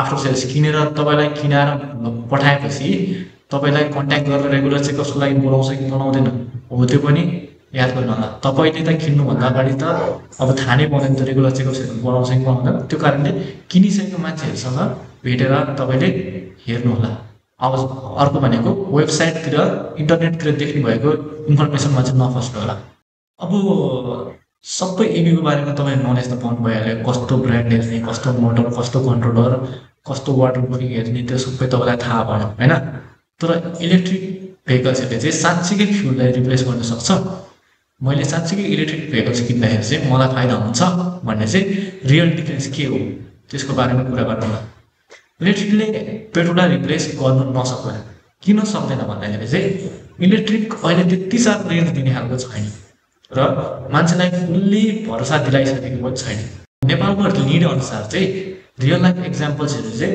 बाटोहरु तपाईलाई इलेक्ट्रिक सुट गर्छ कि गर्दैन तपाईले पेट्रोल बेचेर इलेक्ट्रिक किन्दा राम्रो हो कि हैन भन्ने बारे तपाईको राइडिङ पर्पस थाहा पाउनु पर्छ सबभन्दा सुरु यदि तपाई छोटो यात्रा गर्नुहुन्छ भनेदेखि जस्तै कि काठमाडौँ सिटी एरियामा हिँड्नुहुन्छ धेरै टाढा गए 100 किलोमिटर मात्र हिँड्नुहुन्छ भनेदेखि चाहिँ तपाईलाई ईवी राम्रो छ तर त्यो भन्दा माथि भनेको चाहिँ जस्तो सुकै कम्पनीले 200 किलोमिटर 250 किलोमिटरको रेन्ज दिन्छु भने तापनि तपाईले ईवी मा चाहिँ अलिकति रिस्की नै हुन्छ किन भनेको त्यो रेन्ज अघि नै पनि भनिसकेँ मैले त्यो रेन्ज भनेको चाहिँ विदेशमा ट्रेडमिलमा राखेर कुदाएको रेन्ज हो त्यो चाहिँ नेपालको बाटोमा टेस्ट गरेको रेन्ज हैन नेपालको उकालो र नेपालको जाममा यदि विदेशमा 150 किलोमिटर दिन्छ भने नेपालमा 100 पनि दिदैन त्यो कारणले गर्दा तपाई त्यस्तो रिस्क नलिनु होला ईवी लिएर टाढा बाटो जान काम छैन त्यसकारणले गर्दाखेरि नि ईवी ले चाहिँ फुल्ली अहिले फ्युललाई रिप्लेस गर्न सकेको छैन हामी यहाँनिर झुटो बोल्दैनौं ईवी को वावा मात्र गर्दैनौं यहाँनिर ईवी कस्तो मान्छेलाई सुट गर्छ त्यसले मात्र ईवी किन्योस् भनेर हामी त्यसको चाहना हो त्यसले त्यो मान्छेले मात्र ईवी किन्नुहोस् भनेर भन्छौं हामी अब ईवी ले पेट्रोललाई रिप्लेस गर्न चाहिँ कहाँ सक्छ भन्दाखेरि मान्छेको पैसा बचाउने कुरामा चाहिँ यदि तपाई पेट्रोल बाइक 2 लाख 4 लाख हालेर पेट्रोल बाइक किन्नुहुन्छ भनेदेखि तपाईको भोलिपल्टबाटै नै त्यो बाइकले खर्च मार्न थाल्छ पेट्रोल बाइक पाल्नु भनेको बच्चा पाल्नु जस्तो, तर इभी भनेको एउटा लगानी जस्तो। तपाईँले इएमआईमा इभी किन्नुभयो, फर इक्जाम्पल 1,60,000 रुपियाँ क्यास दिनुभयो, तपाईँले 1,60,000 चाहिँ इएमआई गर्नु भनेदेखि तपाईँले पेट्रोल जति खर्च गर्नुहुन्छ 1 महिनामा त्यो खर्च गर्ने पैसाले चाहिँ तपाईँले इएमआई भर्न सक्नुहुन्छ। त्यो कारणले गर्दा इभी चाहिँ सेभिङ गर्नुको लागि एकदमै राम्रो छ। तर कस्तो सेभिङ गर्नुको लागि एकदमै राम्रो छ भनेर बुझ्नु हो। अब मेन्टेनेन्सको बारेमा कुरा गर्दाखेरि चाहिँ इभी नै राम्रो देखिन्छ। तपाईँलाई मेन्टेनेन्समा पनि फ्युललाई रिप्लेस गर्न सक्छ, किन भन्दाखेरि चाहिँ फ्युल बाइक्सहरूमा इन्जिन हुन्छ, कार्बोरेटर हुन्छ, कार्बोरेटर सँगसँगै क्लच हुन्छ, क्र्याङ्क स्याफ्टहरू हुन्छ। त्यो कारणले गर्दा तपाईँको खर्च धेरै बढ्छ। जति धेरै सामान त्यति नै धेरै खर्च। तर इभीमा चाहिँ सामान भनेको 3टा मात्र हुन्छ, एकदमै मेन सामान कम्पोनेन्ट्सहरू भनेको मोटर, ब्याट्री र कन्ट्रोलर। त्यो पनि तपाईँले अघि मैले भनेको जस्तै गरेर छानेर राम्रो खालको किन्नु भयो भनेदेखि तपाईँको 3 वर्षसम्ममा 1 रुपियाँ खर्च उठाउँदैन। खर्च निस्किने भनेको तपाईँको ब्रेक प्याड चेन्ज गर्दा, ब्रेक ओइल चेन्ज गर्दा र टायर चेन्ज गर्दा त्यति मात्र खर्च उठ्छ। त्यो कारणले गर्दा मेन्टेनेन्सलाई पनि इभी चाहिँ एकदमै सजिलो छ। तर अहिले जताततै सर्भिस सेन्टर नभएको कारणले गर्दाखेरि चाहिँ इभीको मेन्टेनेन्स गर्नलाई अलिकति टाइम लाग्ने मात्र हो। तर सजिलो चाहिँ सजिलो नै छ भन्ने चाहिँ तपाईँले याद गर्नुहोला। सेफ्टीको बारेमा कुरा गर्दाखेरि चाहिँ इभी नै सेफ देखिन्छ। अब सेफ्टीको बारेमा कुरा गर्दाखेरि चाहिँ पेट्रोललाई इभीले फुल्ली रिप्लेस गर्छ कि गर्दैन भन्ने कुराहरूमा चाहिँ सेफ्टीको बारेमा कुरा गर्दाखेरि चाहिँ अब इभीको स्पिड घटाउनु बढाउनु मिले तापनि तपाईँको इभीको स्पिड एकै नासको बनाउनु मिले तापनि तपाईँको भन्नुहुन्छ नि अब 40 किलोमिटरभन्दा माथि नपुग्ने बनाउनु पऱ्यो भने त्यो पनि बनाउनु मिल्छ इभीमा। तर सेफ्टीको कुरा गर्दाखेरि चाहिँ पेट्रोल बाइक जतिको फुल्ली मेटल बडीहरू नआएको कारणले गर्दाखेरि चाहिँ सेफ्टी चाहिँ इभीमा अलिकति कमी नै देखिन्छ। हामी यहाँ ढाँटमा हामी सिधा कुरा गर्छौँ। सेफ्टीको हिसाबले सोच्नुहुन्छ भनेदेखि इभीको म्यानुफ्याक्चर, इभीको बिल्डहरू चाहिँ अझै पनि अलिक फ्लिम्जी नै छ। तर अहिलेको ब्रान्ड्सहरू जस्तै कि अहिलेको एकदमै कम्पिटेटिभ ब्रान्ड्सहरू जसले चाहिँ नयाँ टेक्नोलोजीहरू एडप्ट गरिरहेको छ, जस्तै 4 व्हिलर्समा कुरा गर्नुहुन्छ भनेदेखि BYD को अहिले राम्रो बिल्ड भएर आइसकेको छ। 2 व्हिलर्समा पनि हाम्रो चेतकको फुल्ली मेटल बडी भएर आइसकेको छ। हाम्रो मेटालिकको इभीहरू चाहिँ प्लास्टिक बडी भए तापनि यसले चाहिँ सक एब्जर्बेट गर्ने भएको कारणले गर्दाखेरि तपाईँको एक्सिडेन्ट हुँदाखेरि पनि यो प्लान्टै फुटिहाल्नु हुँदैन, यो सक एब्जर्ब गरेर यसलाई सक डिस्ट्रिब्युट गरेको हुन्छ, जसले गर्दा यसले सेफ्टी त दिन्छ। हल्का भएको कारणले तपाईँको खुट्टा भाँच्ने पनि हुँदैन। त्यो कारणले गर्दा धेरै जस्तो इभीहरूमा चाहिँ सेफ्टी भन्नु सकिँदैन। तर अहिले सेफ्टी फुल्ली रिप्लेस चाहिँ गरे होइन, पेट्रोलले चाहिँ अलिकति सेफ्टी नै हुन्छ भन्ने देखिन्छ। अब राइडिङ एक्सपिरियन्सको कुरा गर्दाखेरि अब राइडिङ एक्सपिरियन्स पनि मान्छे हेरेर हुन्छ। तपाईँको पेट्रोललाई रिप्लेस गर्छै गर्दैन भने मान्छेहरूले पेट्रोल स्कुटर बाइक चलाउने धेरै जस्तो मान्छेहरूले चाहिँ के भन्छन् भनेदेखि फिलै राम्रो छ। त्यो चाहिँ किन भन्दाखेरि इभी एकदमै लाइट हुन्छ अनि तपाईँले कुदाउँदाखेरि पनि कुदाएको जस्तो फिलै हुने। अब जसलाई चाहिँ बादलमा हिँडे जस्तो फिल, अब उडाए जस्तो फिल चाहिन्छ उहाँहरूको लागि चाहिँ एकदमै राम्रो एक्सपिरियन्स दिन्छ इभीले। तर जसलाई चाहिँ अब इन्जिन बाइक कुदाएको हुन्छ नि, अब बुलेट चढ्ने मान्छेलाई चाहिँ इभी चढ्दाखेरि त्यो एक्सपिरियन्स पाउँदैन, त्यो राइडिङ एक्सपिरियन्स पाउनुहुन्न। त्यो कारणले गर्दाखेरि उहाँहरूलाई चाहिँ जति कन्भिन्स गरे पनि उहाँले इभी किन्नुहुन्छ। राइडिङ एक्सपिरियन्सको कुरा गर्दाखेरि चाहिँ प्रिफरेन्समा फरक पर्छ, पेट्रोललाई रिप्लेस गर्ने कि नगर्ने भन्ने। पावर र एडाप्टेबिलिटीको कुरा गर्दाखेरि चाहिँ इभी चाहिँ अलिकति राम्रो हो कि भन्ने जस्तो देखिन्छ। किन भन्दाखेरि इभीमा भनेको तपाईँको 0 एनर्जी वेस्ट हुन्छ। तपाईँको इभीमा 0 RPMबाट नै म्याक्स टोर्क दिन्छ। तर फ्युल बाइकहरू, फ्युल साइकल, फ्युल गाडी भेहिकल्सहरूमा चाहिँ के छ भन्दाखेरि तपाईँले गियर डाउन गरिराख्नुपर्छ होइन। तपाईँ ठुलो गियरमा हुनुहुन्छ भने गियर डाउन गर्नु पऱ्यो, एक्सिलेटर दबाउनु पऱ्यो। गियर डाउन गरेपछि बल्ल तपाईँको भेहिकलले हाई टोर्क दिन्छ अनि त्यो पनि एकैचोटि स्ट्यान्ड दिँदैन, बिल्डअप हुँदै जान्छ। त्यो कारणले गर्दा पावर चाहिँ इभीमा अलिकति धेरै देखिन्छ। तर एडाप्टेबिलिटीको कुरा गर्दाखेरि चाहिँ इभी अझ राम्रो छ, किनभने इभीमा स्मार्ट टेक्नोलोजीहरू आइसक्यो जसले चाहिँ तपाईँको राइडिङ प्याटर्नलाई स्टडी गरेर तपाईँले कसरी कुदाउनुहुन्छ, तपाईँले धेरै एक्सिलेटर लिइराख्नुहुन्छ कि हाई स्पिडमा कुदाउनुहुन्छ कि ब्रेक हाने गर्नुहुन्छ कि भन्ने हो त्यो स्टडी गरेर त्यही अनुसार तपाईँलाई पावर दिने काम गर्छ। एउटा तपाईँको जिउको अङ्ग जस्तै भएर काम गर्ने भएको कारणले एडाप्ट चाहिँ इभीले राम्रो गरिरहेको छ। यसमा चाहिँ इभी चाहिँ अलिकति पेट्रोलभन्दा राम्रो पर्फर्म गरेर दिन्छ। मेन्टेनेन्स र पार्ट्सको कुरा गर्दाखेरि चाहिँ तपाईँको मेन्टेनेन्स र पार्ट्सको कुरा गर्दाखेरि पेट्रोल भेहिकल्सहरूलाई यसले रिप्लेस गर्छ कि गर्दैन भन्दाखेरि चाहिँ यसले रिप्लेस गर्छ, तर अहिले नै चाहिँ गर्दैन। जब इभी सबै इभी ब्रान्डहरू चाहिँ नेपालमा एसेम्बल हुन थाल्छ र पार्ट्सहरू रेडिली एभाइलेबल हुन्छ तब रिप्लेस गर्न सक्छ। किन भन्नाले यसको मेन्टेनेन्स नआए तापनि तपाईँको यसको धेरै खर्च ननिस्के तापनि एक्सिडेन्ट भइहाल्यो भनेदेखि पार्ट्सहरू चाहिँ विदेशबाट ल्याउनु पर्ने हुन्छ, जसको चाहिँ एसेम्बली प्लान्ट छैन।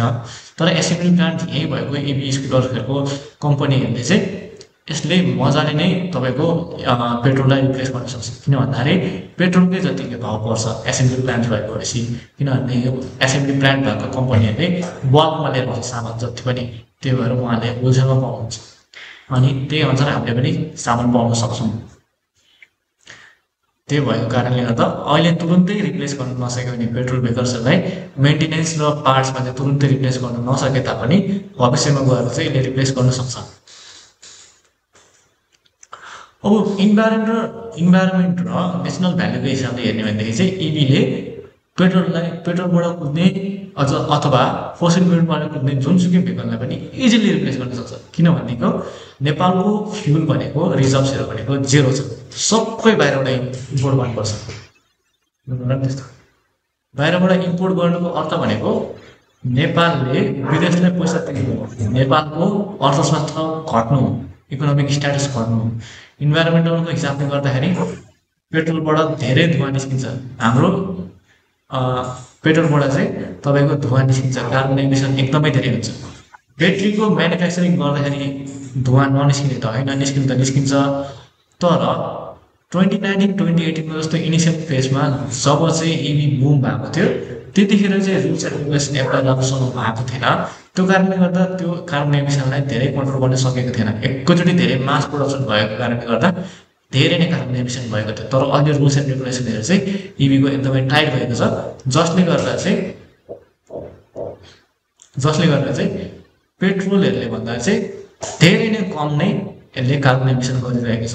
ब्याट्री म्यानुफ्याक्चर कम्पनीबाट मात्र यसको कार्बन इमिसन हुने भनेको त्यसबाट मात्र हो। किनेर ब्याट्री युज गरेपछि भेहिकलबाट चाहिँ कार्बन इमिसन हुँदैन। त्यो कारणले गर्दा इन्भाइरोमेन्ट र नेसनल भ्यालुको कुरा गर्नुहुन्छ भनेदेखि चाहिँ पेट्रोललाई इभीले फुल्ली नै रिप्लेस गरेको राम्रै हो। किन भनेको त्यसले आफ्नो स्रोतमा हिँड्नु सक्छ। त्यो भनेको त्यसले आफ्नो पावर फिर्ता पाउनु हो, आफ्नो देशको पैसा नेपालमै खर्च गर्नु हो। भन्नुपर्दाखेरि फ्युल चाहिँ कस्तो हो, अब समरीमा भन्नुपर्दाखेरि इभी स्कुटर, इभी टु व्हिलर्सहरूले फ्युल बाइक्सहरूलाई चाहिँ रिप्लेस गर्न सक्छ कि सक्दैन भन्दाखेरि चाहिँ फ्युल बाइक्सहरूलाई रिप्लेस गर्न सक्छ। तर सर्ट कम्युट सिटी एरियाको लागि मात्र अहिले तत्कालको कुरा गर्दाखेरि चाहिँ छोटो यात्राको लागि चाहिँ इभीले फुल्ली रिप्लेस गरिदिन्छ। तर लामो यात्राको लागि चाहिँ अझै पनि म इभीबाटै कुदे तापनि इभी टु व्हिलर्सहरूले चाहिँ त्यति साह्रो पर्फर्मेन्स दिनु सक्दैन। लामो यात्रामा चाहिँ तपाईँहरू अलिकति स्केप्टिकलै हुनुहुन्छ, तर स्केप्टिकल हुनु राम्रो हो। किनभनेदेखि त्यो टेक्नोलोजी अहिलेसम्म आएको छैन। तपाईँ ढुक्क भएर 4-5 किलोमिटर कुद्नेसम्म स्कुटरहरू कुनै पनि आएको छैन। त्यो कारणले गर्दा छोटो यात्राको लागि चाहिँ इभीले पेट्रोल भेहिकल्सहरूलाई फुल्ली रिप्लेस गरिदिन्छ। तर लामो यात्राको लागि चाहिँ गाह्रै पर्छ। अरू सेक्टरमा चाहिँ इभीले पेट्रोललाई नै रिप्लेस गर्न सक्छ, एक्सेप्ट राइडिङ एक्सपिरियन्स चाहिँ पेट्रोलको इन्जिनको फिल लिने मान्छेहरूलाई चाहिँ इभीले कन्भर्ट गर्न सक्छ। अब कुरा गरौँ च्याप्टर 11 को बारेमा। यसमा चाहिँ हामी कुरा गर्छौँ कि इभी मोटरसाइकललाई मेन्टेनेन्स र डेली चेकअप्सहरू कसरी गर्ने, बाइकलाई लङ लास्टिङ र कस्ट सेभिङ चाहिँ कसरी बनाउने भन्ने बारेमा तरिका तपाईँलाई सिकाउनेछ। अब इभीको बारेमा तपाईँले फुल नलेज लिनुभयो, इभीले पैसा बचाउँछ भन्ने सबै नलेज लिनुभयो र सबै तपाईँले टेस्टहरू, मैले भनेका टेस्टहरू सबै तपाईँले ब्रान्डको ब्याकग्राउन्ड चेक गरेर तपाईँले इभी किन्नुभयो। तर इभी किनिसकेपछि इभीलाई केयर कसरी गर्ने, इभीलाई कसरी लङ लास्टिङ बनाउने भन्ने कुरा चाहिँ हामी आज गर्छौँ। धेरैले इलेक्ट्रिक मोटरसाइकललाई चाहिँ मेन्टेनेन्स चाहिँदैन भनेर किन्छ। मेन्टेनेन्स नचाहिने होइन, मेन्टेनेन्स चाहिन्छ। तर तरिका भने चाहिँ मेन्टेनेन्स नचाहिने होइन, मेन्टेनेन्स चाहिन्छ। तर तरिका भने चाहिँ फरक छ। तर महत्त्व इम्पोर्टेन्स भने चाहिँ उस्तै राम्रो मेन्टेनेन्सले तपाईँको इभीको लाइफ स्प्यानलाई 2 देखि 3 वर्षसम्म बढाउन सक्छ। अब तपाईँले एउटा मुख्य कुरा चाहिँ याद गर्नुपर्ने भने के छ भनेदेखि prevention is better than cure भनेको। तपाईँले इभीलाई रेगुलर चेकअप गराएर इभी बिग्रिनुभन्दा अगाडि नै धेरै रेगुलर चेकअप गराएर चाहिँ इभीको लाइफ स्प्यान बढाउन सक्नुहुन्छ। अब तपाईँले गर्नु सक्नुहुने 5वटा रेगुलर चेकअप्सहरू चाहिँ के छ भन्दाखेरि टायर प्रेसर चेक गर्ने। हप्तैपछि तपाईँले टायर प्रेसर चेक गरेर आउनु। यदि तपाईँको टायर प्रेसर चाहिँ लो छ भनेदेखि त्यसले चाहिँ रेन्ज घटाएर ल्याउँछ। किनभनेदेखि लो टायर प्रेसर भनेको तपाईँको ड्र्याग धेरै हुनु हो। ड्र्याग धेरै हुनु भनेदेखि तपाईँको फ्रिक्सन बढ्नु हो। फ्रिक्सन बढेपछि तपाईँको मोटरलाई घुमाउनुको लागि अझ धेरै पावर चाहिन्छ। त्यो कारणले गर्दाखेरि चाहिँ टायर प्रेसर चेक गर्दा राम्रो हो। अनि ब्रेक्स कस्तो छ, धेरै टाइट छ कि धेरै लुज छ कि चेक गर्नु होला। ब्रेक्स यदि धेरै नै टाइट छ भनेदेखि छुने बित्तिकै लाग्छ भनेदेखि त्यसले पनि तपाईँको मोटरलाई स्लो डाउन धेरै चाँडै गराउँछ। अनि तपाईँको ब्रेकिङ ह्याबिट्सहरू एकदमै अब फ्रिक्वेन्टली ब्रेकिङ लाउनुहुन्छ भनेदेखि त्यसले पनि तपाईँको एनर्जी कन्जम्सन धेरै गरेर रेन्ज थोरै दिन सक्छ। अर्को भनेको ब्याट्री प्लग्स अनि कनेक्सन्सहरू चाहिँ सफा छ कि छैन, सुक्खा छ कि छैन। तपाईँले चार्ज गर्नुभन्दा अगाडि ब्याट्री प्लग्सहरू चाहिँ भिजेको छ कि छैन त्यो चेक गर्नु होला। ब्याट्रीहरूलाई चार्ज गर्नु होला। अनि लाइट्स इन्डिकेटर्सहरू कस्तो खालको रेस्पोन्स दिइरहेछ, तपाईँको उज्यालो छ कि छैन, इन्डिकेटरहरू लेफ्ट राइट इन्डिकेटर राम्रोसँग बोलिरहेको छ कि छैन, हो त्यो रेगुलर चेकअप गर्नु होला। तपाईँको राइडिङ एक्सपिरियन्स राम्रो बनाउनुको लागि ब्रेक्स र अनि स्क्रुजहरू अनि तपाईँको सक्सहरू कस्तो छ, मेन्टेन कस्तो छ त्यो हेर्नु होला। स्क्रुजहरू लुज भयो भनेदेखि तपाईँको भाइब्रेसन धेरै आउँछ, धेरै कराउँछ, नोइज आउँछ होइन। प्रत्येक 2 महिनामा चाहिँ तपाईँ स्क्रु चेक गरेर टाइट गर्दा एकदमै राम्रो पार्ने हो। अनि ब्याट्री केयर भनेको चाहिँ तपाईँको एकदमै मोस्ट इम्पोर्टेन्ट हुन्छ। ब्याट्रीलाई राम्रोसँग केयर गर्ने चाहिँ 4वटा मेन ह्याबिट्स छ। अरू धेरै पनि छन् तर 4वटा चाहिँ तपाईँले छुटाउनु नपर्ने कुराहरू चाहिँ के छ भनेदेखि ओभरचार्ज नगर्नु। ब्याट्रीमा बिएमएस सिस्टम भए तापनि तपाईँले रातभरि ब्याट्रीलाई फुल चार्ज गर्नु भनेदेखि चाहिँ तपाईँको ओभरचार्जिङ ह्याबिटले चाहिँ बिएमएस सिस्टमलाई धेरै प्रेसर गरेर बिएमएस सिस्टम चाँडै बिग्रिन सक्छ र कहिलेकाहीँ चाहिँ ओभरचार्ज हुनु पनि सक्छ। अनि अर्को भनेको तपाईँ ब्याट्री जेरो पुरै निलै चाहिँ नचलाउनु होला। स्कुटरहरू एकैचोटि 0बाट चलाउँदा चार्ज गर्दाखेरि चाहिँ ब्याट्रीले हाई पावर माग्छ। अनि चार्जरले एकैचोटि हाई पावर दिँदाखेरि ब्याट्रीमा प्रेसर पर्छ। त्यो कारणले गर्दा 20% भएपछि चाहिँ तपाईँले चार्ज गरिहाल्नु होला ब्याट्री। अनि ब्याट्री चार्ज गर्नुभन्दा अगाडि अघि पनि भनिहालेँ मैले, तपाईँको चार्जिङ पोर्टहरू चाहिँ सुक्खा छ कि छैन, सफा छ कि छैन त्यो हेर्नु होला। प्लग्सहरू चाहिँ टाइममा चेक गरिराख्नु होला, लुज छ कि होइन। अनि चार्ज गर्दाखेरि तपाईँको चार्जर तातिन्छ कि हो त्यस्तो चाहिँ हेर्नु होला। यदि तपाईँले चार्ज गरेको कनेक्टर हुन्छ नि, जब त्यो मल्टिप्लगमा तपाईँले चार्ज गर्दाखेरि तपाईँको त्यो प्लग चाहिँ तात्तिन्छ भनेदेखि चाहिँ तपाईँले प्लग्सहरू चेन्ज गर्नु होला। कनेक्टर तुरुन्तै रिप्लेस गर्दाखेरि राम्रो। हाम्रो मेटा इभीको चाहिँ मेन्टेनेन्स र रिपेयर चाहिँ एकदम फ्री भएको कारणले गर्दाखेरि तपाईँको मोटर र कन्ट्रोलर पनि टाइम टु टाइम चेकअप गर्दाखेरि राम्रो। किनभनेदेखि मेन्टेनेन्स फ्री छ होइन। तर सही प्रयोग गर्नु होला। मेन्टेनेन्स फ्री भयो भन्दैमा जबरजस्ती जे पाइते गरेर चलाउने चाहिँ होइन। ब्रेक थिच्दा थ्रोटल चाहिँ तपाईँले अब ब्रेक पनि लगाइरहेछ अनि यता बटाली पनि रहेछ त्यस्तो चाहिँ नगर्नु होला होइन। अनि तपाईँको एकदमै ठाडो उकालो छ भनेदेखि मजाले कुदाउनु। तर उकालो चढ्दै मोटर तातेपछि तपाईँको कन्ट्रोलरले चाहिँ पावर लगाइदिएर अलिकति तपाईँको स्पिड कम हुन्छ।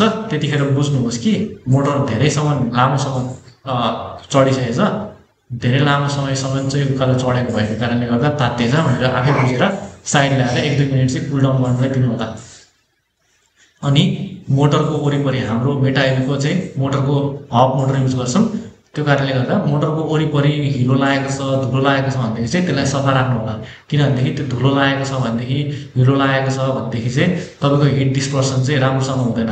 त्यसले चाहिँ तपाईँको मोटरलाई कुलडाउन हुनुबाट चाहिँ रोक्छ। त्यो कारणले गर्दाखेरि मोटर चाहिँ सफा राखिराख्दाखेरि राम्रो। लास्टली अर्को कुरा भन्दाखेरि चाहिँ तपाईँको स्मार्ट चार्जिङ टिप्सहरू दिनु भयो।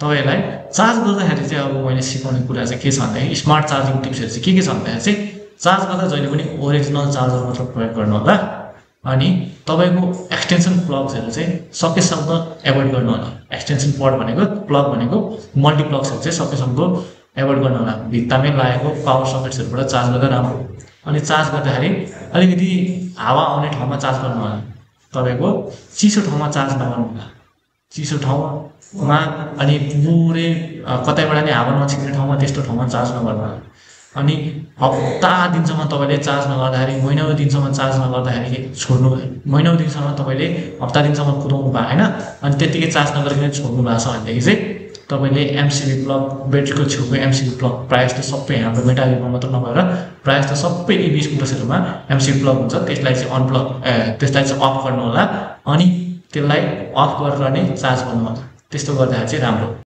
अर्को तपाईले ईभी किनिसकेपछि याद गर्नुपर्ने कुराहरु भने चाहिँ पानी परेको सिजनमा कसरी चलाउने अनि वाशिङ गर्दाखेरि कसरी वाशिङ गर्ने धुँदाखेरि कसरी वाश गर्ने भन्ने तपाईले पानी पर्ने सिजनमा चलाउँदा त राम्रो तर त्यो सिजनमा चलाउनु मिल्छ भन्नेमा चाहिँ रातभरि पानी परेको बेलामा चाहिँ बाहिर नछोड्नु होला त्यस्तो गर्दाखेरि चाहिँ हाम्रो फुल्ली सिड भए तापनि तपाईको वाटर पुरै वाटर प्रुफ नै चाहिँ हैन वाटर रेजिस्टेन्स मात्र हो त्यो कारणले गर्दाखेरि रातभरि पानी परेको बेलामा बाहिर चाहिँ नछोड्नु होला है अनि अर्को भनेको धुँदाखेरि हाई प्रेसर अब प्रायः जस्तो सबैतिर चाहिँ वाटर गन युज गरेको हुन्छ वाटर गन युज गर्दाखेरि सफा गर्दाखेरि तपाईको स्कुटर धुँदाखेरि चाहिँ त्यो हाई प्रेसर जेट चाहिँ सिधै मोटरमा डाइरेक्ट नहाल्नु होला र ब्याट्री जता बस्छ त्यो कम्पार्टमेन्टमा पनि मजा त्यो कम्पार्टमेन्टमा पनि हाई प्रेसर चाहिँ नहाल्नु होला बरु बिस्तारै पानीको त्यो वाटर गन युज नगरिकन छापेर सफा गर्दै भनेर भन्दाखेरि चाहिँ तपाईको राम्रो हुन्छ अनि अर्को भनेको चाहिँ पानी पर्ने सिजनमा अनि तपाईले धुइसकेपछि चाहिँ चार्ज गर्नु पर्यो भनेदेखि तपाईको चार्जिङ पोर्ट चाहिँ भिजेको छ कि छैन भिजा छ भनेदेखि पुसेर मात्र चार्ज गर्दा राम्रो हुन्छ अब तपाईले चाहिँ कति टाइममा कसरी के कुराहरु चाहिँ याद गर्ने अब चेक गर्ने त मैले भनिहालेँ तर कति टाइममा चेक गर्ने भन्दाखेरि चाहिँ टायर र ब्रेक्सहरु चाहिँ तपाईको हप्तामा चेक गरेर राख्दाखेरि राम्रो हुन्छ हैन अनि ब्याट्री र अनि कनेक्टर ब्याट्रीको त्यो कनेक्सनहरु चाहिँ महिनामा चेक गरिराखेर राम्रो महिनामा एकचोटी चेक गर्दाखेरि राम्रो मोटर कन्ट्रोलर अनि त्यहाँदेखि बाहिरको एक्सिलरेटर क्लिन गर्नु पर्यो भनेदेखि अब काठमाडौँको बाटोहरु प्रायः जस्तो सबै राम्रो भइसकेको छ तर अब पानी पर्ने मौसममा हिलो लागेको छ भनेदेखि चाहिँ सफा गर्ने राम्रो तर पानी नपर्ने मौसममा चाहिँ 2-3 महिनामा एकचोटी चाहिँ सफा गरेको राम्रो अनि अर्को भनेको चाहिँ तपाईको स्क्रुहरु लुज भएको छ कि छैन स्क्रु बोल्टहरु तपाईको कनेक्सनहरु लुज भएको छ कि छैन तपाईको बाहिरबाट तपाईले टाइट गर्न मिल्ने कुराहरु स्क्रुहरु चाहिँ 6 महिनामा एकचोटी चेक गर्दा राम्रो हुन्छ लास्ट भन्नुपर्दाखेरि चाहिँ तपाईको ब्याट्री हेल्थ कस्तो छ भनेर चेक गर्दाखेरि चाहिँ तपाईको 2-3 वर्षमा एकचोटी चेक गर्नु भयो भनेदेखि राम्रो ब्याट्री रिप्लेसमेन्ट गर्नुपर्ने छ कि छैन हाम्रो मेटा ईभीको चाहिँ हाम्रो मेटा ईभीको चाहिँ एलएफपी अर्थात ब्लेड ब्याट्री भएको कारणले हाम्रो लाइफ स्प्यान ब्याट्रीको लाइफ स्प्यान भने चाहिँ तपाईले दिनको 10-12 किलोमिटर मात्र कुदाउनुहुन्छ अथवा 30-50 किलोमिटर मात्र कुदाउनुहुन्छ भनेदेखि पनि 5 देखि 8 वर्ष मजाले टिक्छ त्यो कारणले गर्दा चेक गर्नु पर्दैन तर अरु ईभी स्कुटरहरु किन्नुहुन्छ जसको चाहिँ वारेन्टी ग्यारेन्टी 2-3 वर्ष मात्र छ भनेदेखि चाहिँ त्यो वारेन्टी टाइम भन्दा अगाडि नै चेक गर्नु त राम्रो किन भन्दाखेरि त्यो स्कुटरहरुमा दिएको ब्याट्रीहरु चाहिँ तपाईले सस्तो स्कुटर किन्नु भएको छ भने सस्तै ब्याट्री राख्छ त्यो ब्याट्रीहरु चाहिँ फुल लिन्छ अनि ओभरहिट भएर तपाईको फ्युज गइरहेको हुन्छ कुनै ब्याट्रीले काम गरेको हुँदैन त्यस्तो समयमा पनि तपाईले कुदाउनु भनेदेखि चाहिँ पड्किने चान्सेस आगो लाग्ने चान्सेस धेरै हुन्छ त्यसो गर्दाखेरि चाहिँ तपाईले वारेन्टी टाइम भन्दा अगाडि नै चेक गर्नु भयो भनेदेखि जसले चाहिँ एक्ट गर्छ त्यही मान्छे हामी आफ्नै इलेक्ट्रिसिटी प्रोभाइड गर्छौं आफ्नै भेहिकल बनाउँछौं र आफ्नै सडक उज्यालो पार्छौं भनेर विश्वभरमा मानिसहरूलाई देखाउनु हिजोसम्म इन्डियासँग निर्भर गर्ने देश आज आफ्नै खुट्टामा उभिएछ भनेर संसारलाई चकित बनाउने चाहिँ हाम्रो इच्छा छ अहिलेबाट इलेक्ट्रिक रोज्नु हरेक व्यक्ति अर्थात नेपालीलाई अगाडि बढाउन मद्दत गर्दछ मेटा ईभी सबै नेपालीलाई धन्यवाद दिन्छ जो विश्वास गर्नुहुन्छ सपोर्ट गर्नुहुन्छ र एक्सन लिन्छन् तपाई केवल कस्टमर मात्र हैन तपाईले केवल ईभी कुदै मात्र राख्नुहुन्छ तपाईले चेन्ज पनि ल्याइरहनु भएको छ सो त्यसको लागि धेरै धन्यवाद र यति भन्दै म बिदा लिन चाहन्छु अब हामी कुरा गर्छौं तपाईले किन्दाखेरि बाइक मोटरसाइकल फ्युल बाइक होस् या इलेक्ट्रिक बाइक्सहरू या जुनसुकै भेहिकल किन्दाखेरि पनि तपाईँले गर्ने मिस्टेक्सहरू चाहिँ के छ भनेर अनि तपाईँको सोच चाहिँ के छ इभीको बारेमा भन्ने बारेमा कुरा गर्छु। अब अर्को गलतप्रेमी चाहिँ के छ भनेदेखि मान्छेहरूलाई इभी किन्ने बेलामा उहाँहरूले सोच्नुहुन्छ कि गलतप्रेमी त के भन्नु भएकै कुरा पनि हो, त्यही भएर यो चाहिँ मजाले सुन्नु होला। उहाँहरूले सोच्नुहुन्छ कि इभी बिग्रियो भनेदेखि पार्ट्स पाउनलाई गाह्रो छ। त्यो चाहिँ केही हदसम्म साँचो पनि हो, तर अहिले आएर चाहिँ त्यो हल्का झुटो हुन थालेछ। किन भन्दाखेरि चाहिँ नेपालमा एसेम्ब्ली प्लान्ट भएको इभी ब्रान्ड्सहरू धेरै भइसके, जसले गर्दा तपाईँले उनीहरूले इम्पोर्ट गर्दाखेरि एकदमै हाई क्वान्टिटीमा इम्पोर्ट गरेको हुन्छ, जसको कारणले गर्दा तपाईँको एक्सिडेन्ट भयो, पार्ट्स बिग्रियो भनेदेखि इजिली एभाइलेबल हुन्छ। धेरैले इलेक्ट्रिक बाइक किन्न चाहन्छन्, तर अब तपाईँले बुझ्दै जाँदाखेरि चाहिँ तपाईँ कन्फ्युज हुन्छ क्या। किनभनेदेखि इभीको ब्रान्ड चाहिँ अब इभी बाइकको ब्रान्ड्सहरू चाहिँ टन्नै छन्, धेरै नै छन्, अनि सबैले एउटा अर्कै कुरा गरेको कारणले गर्दा तपाईँ कन्फ्युज हुन्छ। अनि त्यसपछि तपाईँले आफूले कोचिङ गर्न थाल्नुहुन्छ कि यसले साँच्चीको पैसा बचाउँछ कि बचाउँदैन, यो कति वर्ष टिक्छ कि टिक्दैन, 1-2 वर्षमा बिग्रिन्छ कि बिग्रिँदैन, अब मैले किनेको कम्पनी टिक्छ कि दिँदैन, पछि गएर बिग्रियो भने बनाइदिन्छ कि बनाइदिँदैन भनेर तपाईँको बजारमा सुन्नुभएको मिथहरू चाहिँ के छ भनेर तपाईँलाई बुझाइदिन्छ, आज प्रश्न गरिदिन्छु है त। सबभन्दा सुरुमा मिथ रहेको छ कि महँगो बाइक जहिले पनि राम्रो हुन्छ भनेर। त्यो चाहिँ ट्रु होइन है, त्यो चाहिँ सही कुरा होइन। महँगो भन्ने बित्तिकै राम्रो हुँदैन, तर राम्रो बाइक चाहिँ सस्तो कहिले पनि हुँदैन, त्यो चाहिँ याद गर्नु होला। महँगो बाइक चाहिँ सधैँ राम्रो किन हुँदैन भन्दाखेरि तपाईँ यदि दिनको 5-10 किलोमिटर मात्र कुद्नुहुन्छ र तपाईँ एउटा एल्डरली पर्सन हुनुहुन्छ भनेदेखि तपाईँलाई धेरै ट्रान्सपोर्ट गरिराख्नु पर्दैन। तपाईँले दिनको 15-20 किलोमिटर मात्र कुद्दाखेरि हुन्छ, जाँदा 10 किलोमिटर आउँदा 10 किलोमिटर त्यस्तै मात्र कुद्नुहुन्छ भनेदेखि दिनको 10-15-20 किलोमिटर मात्र हिँड्नुहुन्छ भनेदेखि तपाईँलाई धेरै महँगो हालेर 3-4 लाखको LFP ब्याट्री भएको स्कुटर किन्नु परेन। तपाईँले सामान्य लिड एसिड ब्याट्री किन्दाखेरि पनि हुन्छ, किनभनेदेखि लिड एसिड ब्याट्री भनेको चाहिँ सर्ट कमेटको लागि एकदमै बेस्ट हुन्छ। त्यसको रिस्क नभएको होइन, रिस्कहरू त हुन्छन्, तर रिस्क चाहिँ कस्तो बेला आउँछ भन्दाखेरि चाहिँ तपाईँले यदि 50-60 किलोमिटर कुदाउनुहुन्छ भनेदेखि चाहिँ त्यसलाई प्रेसर पढेर तातेर फुल्लिएर पड्किने सम्भावना आउँछ। त्यही भएर चाहिँ त्यसलाई रिस्क आउने। तर तपाईँ दिनको 10-15 किलोमिटर मात्र कुद्नुहुन्छ भनेदेखि त्यसलाई प्रेसरै पर्दैन। कम्पनीले दिएको रेन्जभन्दा कम्पनीले लिड एसिड ब्याट्रीमा पनि तपाईँको 70 किलोमिटरको रेन्ज भनेर तोकेको हुन्छ, तर नेपालको काठमाडौँको बाटोमा 70 किलोमिटर त्यो कुद्दैन, 50-55 कुद्छ। किनभनेदेखि नेपालको जाम उबड खाबड बाटो, अनि त्यो कारणले गर्दा उकालो ओह्रालो पनि हुन्छ। अब तपाईँ जहिले पनि एक्लै त कुद्ने होइन, डबल लोड कुदिन्छ कहिलेकाहीँ, त्यो कारणले गर्दा तपाईँको 70 रेन्ज दिँदैन। यदि तपाईँ मैले अघि भने जस्तै तपाईँ यदि एल्डरली पर्सन हुनुहुन्छ र एल्डरली पर्सन हुनुहुन्न तर दिनको 10-15 किलोमिटर मात्र हिँड्ने काम पर्छ भनेदेखि चाहिँ तपाईँलाई लिड एसिड ब्याट्री एकदमै राम्रो हुन्छ। त्यो कारणले तपाईँले एक्सपेन्सिभ हेर्ने होइन कि कस्तो खालको इभीले चाहिँ सुट गर्छ त्यो बुझ्नलाई तपाईँको महत्त्वपूर्ण छ। त्यो कारणले गर्दा मैले सबै तपाईँलाई माथि नै अगाडि नै भनिदिइसकेको छु, कसरी हेर्ने, कस्तो ब्याट्री, कस्तो मोटर, कस्तो नलर, क्वालिटी कसरी चेक गर्ने, टेस्ट ड्राइभ गर्दा के कुरा ध्यानहरू राख्ने, त्यो सबै भनिदिइसकेको छु। अब अर्को आउँछ कि लिथियम ब्याट्री चाहिँ सधैँ लिड एसिड ब्याट्रीभन्दा राम्रो हुन्छ, तर लिथियम ब्याट्री लिड एसिड ब्याट्रीभन्दा राम्रो भए तापनि तर महँगो चाहिँ हुन्छ। अब महँगो तिरेर तपाईँले दिनको 10-15 किलोमिटर मात्र कुद्नुहुन्छ भनेदेखि त महँगो किनेर तपाईँलाई फाइदा छैन। किन फाइदा छैन भनेदेखि तपाईँले लिड एसिड ब्याट्री भएको स्कुटर चाहिँ लागत भनेको 1,20,000देखि 1,80,000सम्मको हुन्छ, तर लिथियम ब्याट्री अहिलेको नयाँ टेक्नोलोजीको ब्लेड ब्याट्री चाहिँ तपाईँको सिधै 2,50,000 3,00,000बाट स्टार्टिङ हुन्छ। त्यो भनेको तपाईँको 1,20,000 रुपियाँ बेसी हो। इलेक्ट्रिक स्कुटरभन्दा धनै 1,20,000 बढी तिर्नुहुन्छ।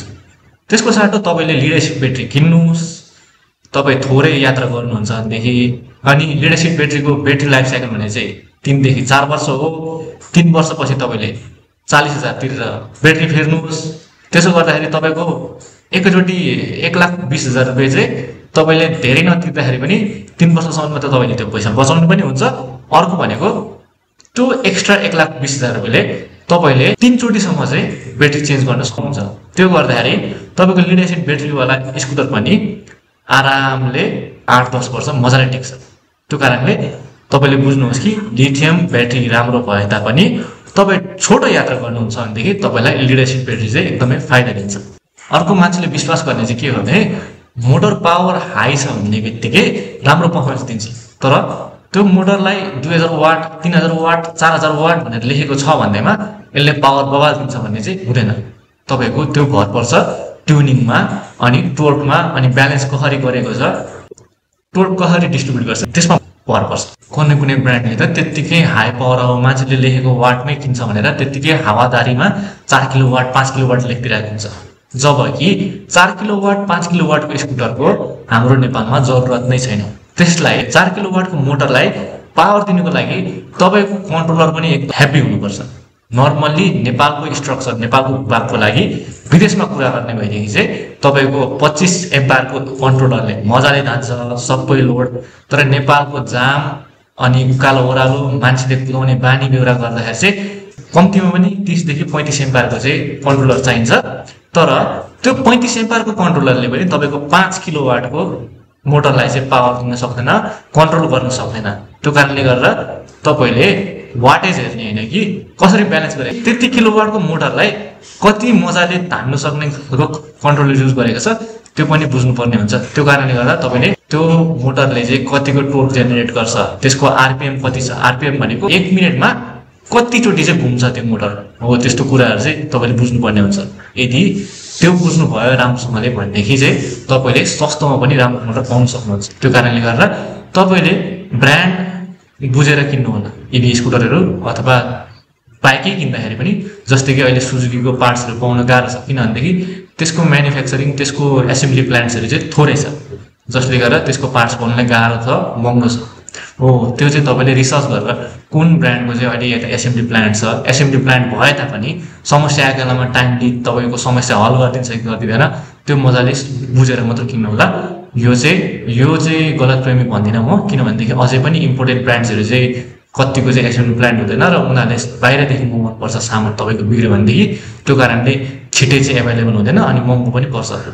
त्यो कारणले यो चाहिँ केही हदसम्म साँचो छ तर केही हदसम्म झुटो पनि छ अब आएर झुटो चाहिँ हुन सक्छ अर्को के छ भनेदेखि चाहिँ ईभी चाहिँ पानीमा कुदाउन मिल्दैन अहिलेको नयाँ टेक्नोलोजीले बनेको अहिलेको नयाँ जुन नेपालमा छिरिरहेको छ ईभी जस्तै कि एथर भयो हाम्रो गोगोरो भयो एनआईयू एडिया तिनीहरु त पहिलादेखि नै बसिरहेको यिनीहरुमा चाहिँ अहिले सबै वाटरप्रुफिङ भएर आएको हुन्छ अहिलेको मोडर्न ई बाइक्सहरु चाहिँ सबै वाटरप्रुफिङ भएर आएको हुन्छन् र तपाईले पुरै मोटर बाइक नै पानीमा तपाईले फुल्ली सबमर्ज नगरिन्जेसम्म चाहिँ तपाईको समस्याहरु आउँदैन पानी अब शान्तिमा पानी पर्दा ठुलै पानी पर्दाखेरि पनि पानी परेको बेलामा चलाउने बित्तिकै तपाईको ईभी स्कुटर्सहरु ईभी टु व्हीलर्सहरु बिग्रिने हैन तर तपाईले के याद गर्नुपर्छ भन्ने चाहिँ फुल्ली वाटरप्रुफ चाहिँ हैन वाटर रेजिस्टेन्स हो त्यो कारणले तपाईले बुझ्नुपर्ने के छ भन्दाखेरि तपाईले रातभरि पानी परेको छ पानी पर्ने सिजनमा बाहिर नछोड्नु होला बाहिर छोडे तापनि कभर लगाएर छोड्नु होला र अर्को भनेको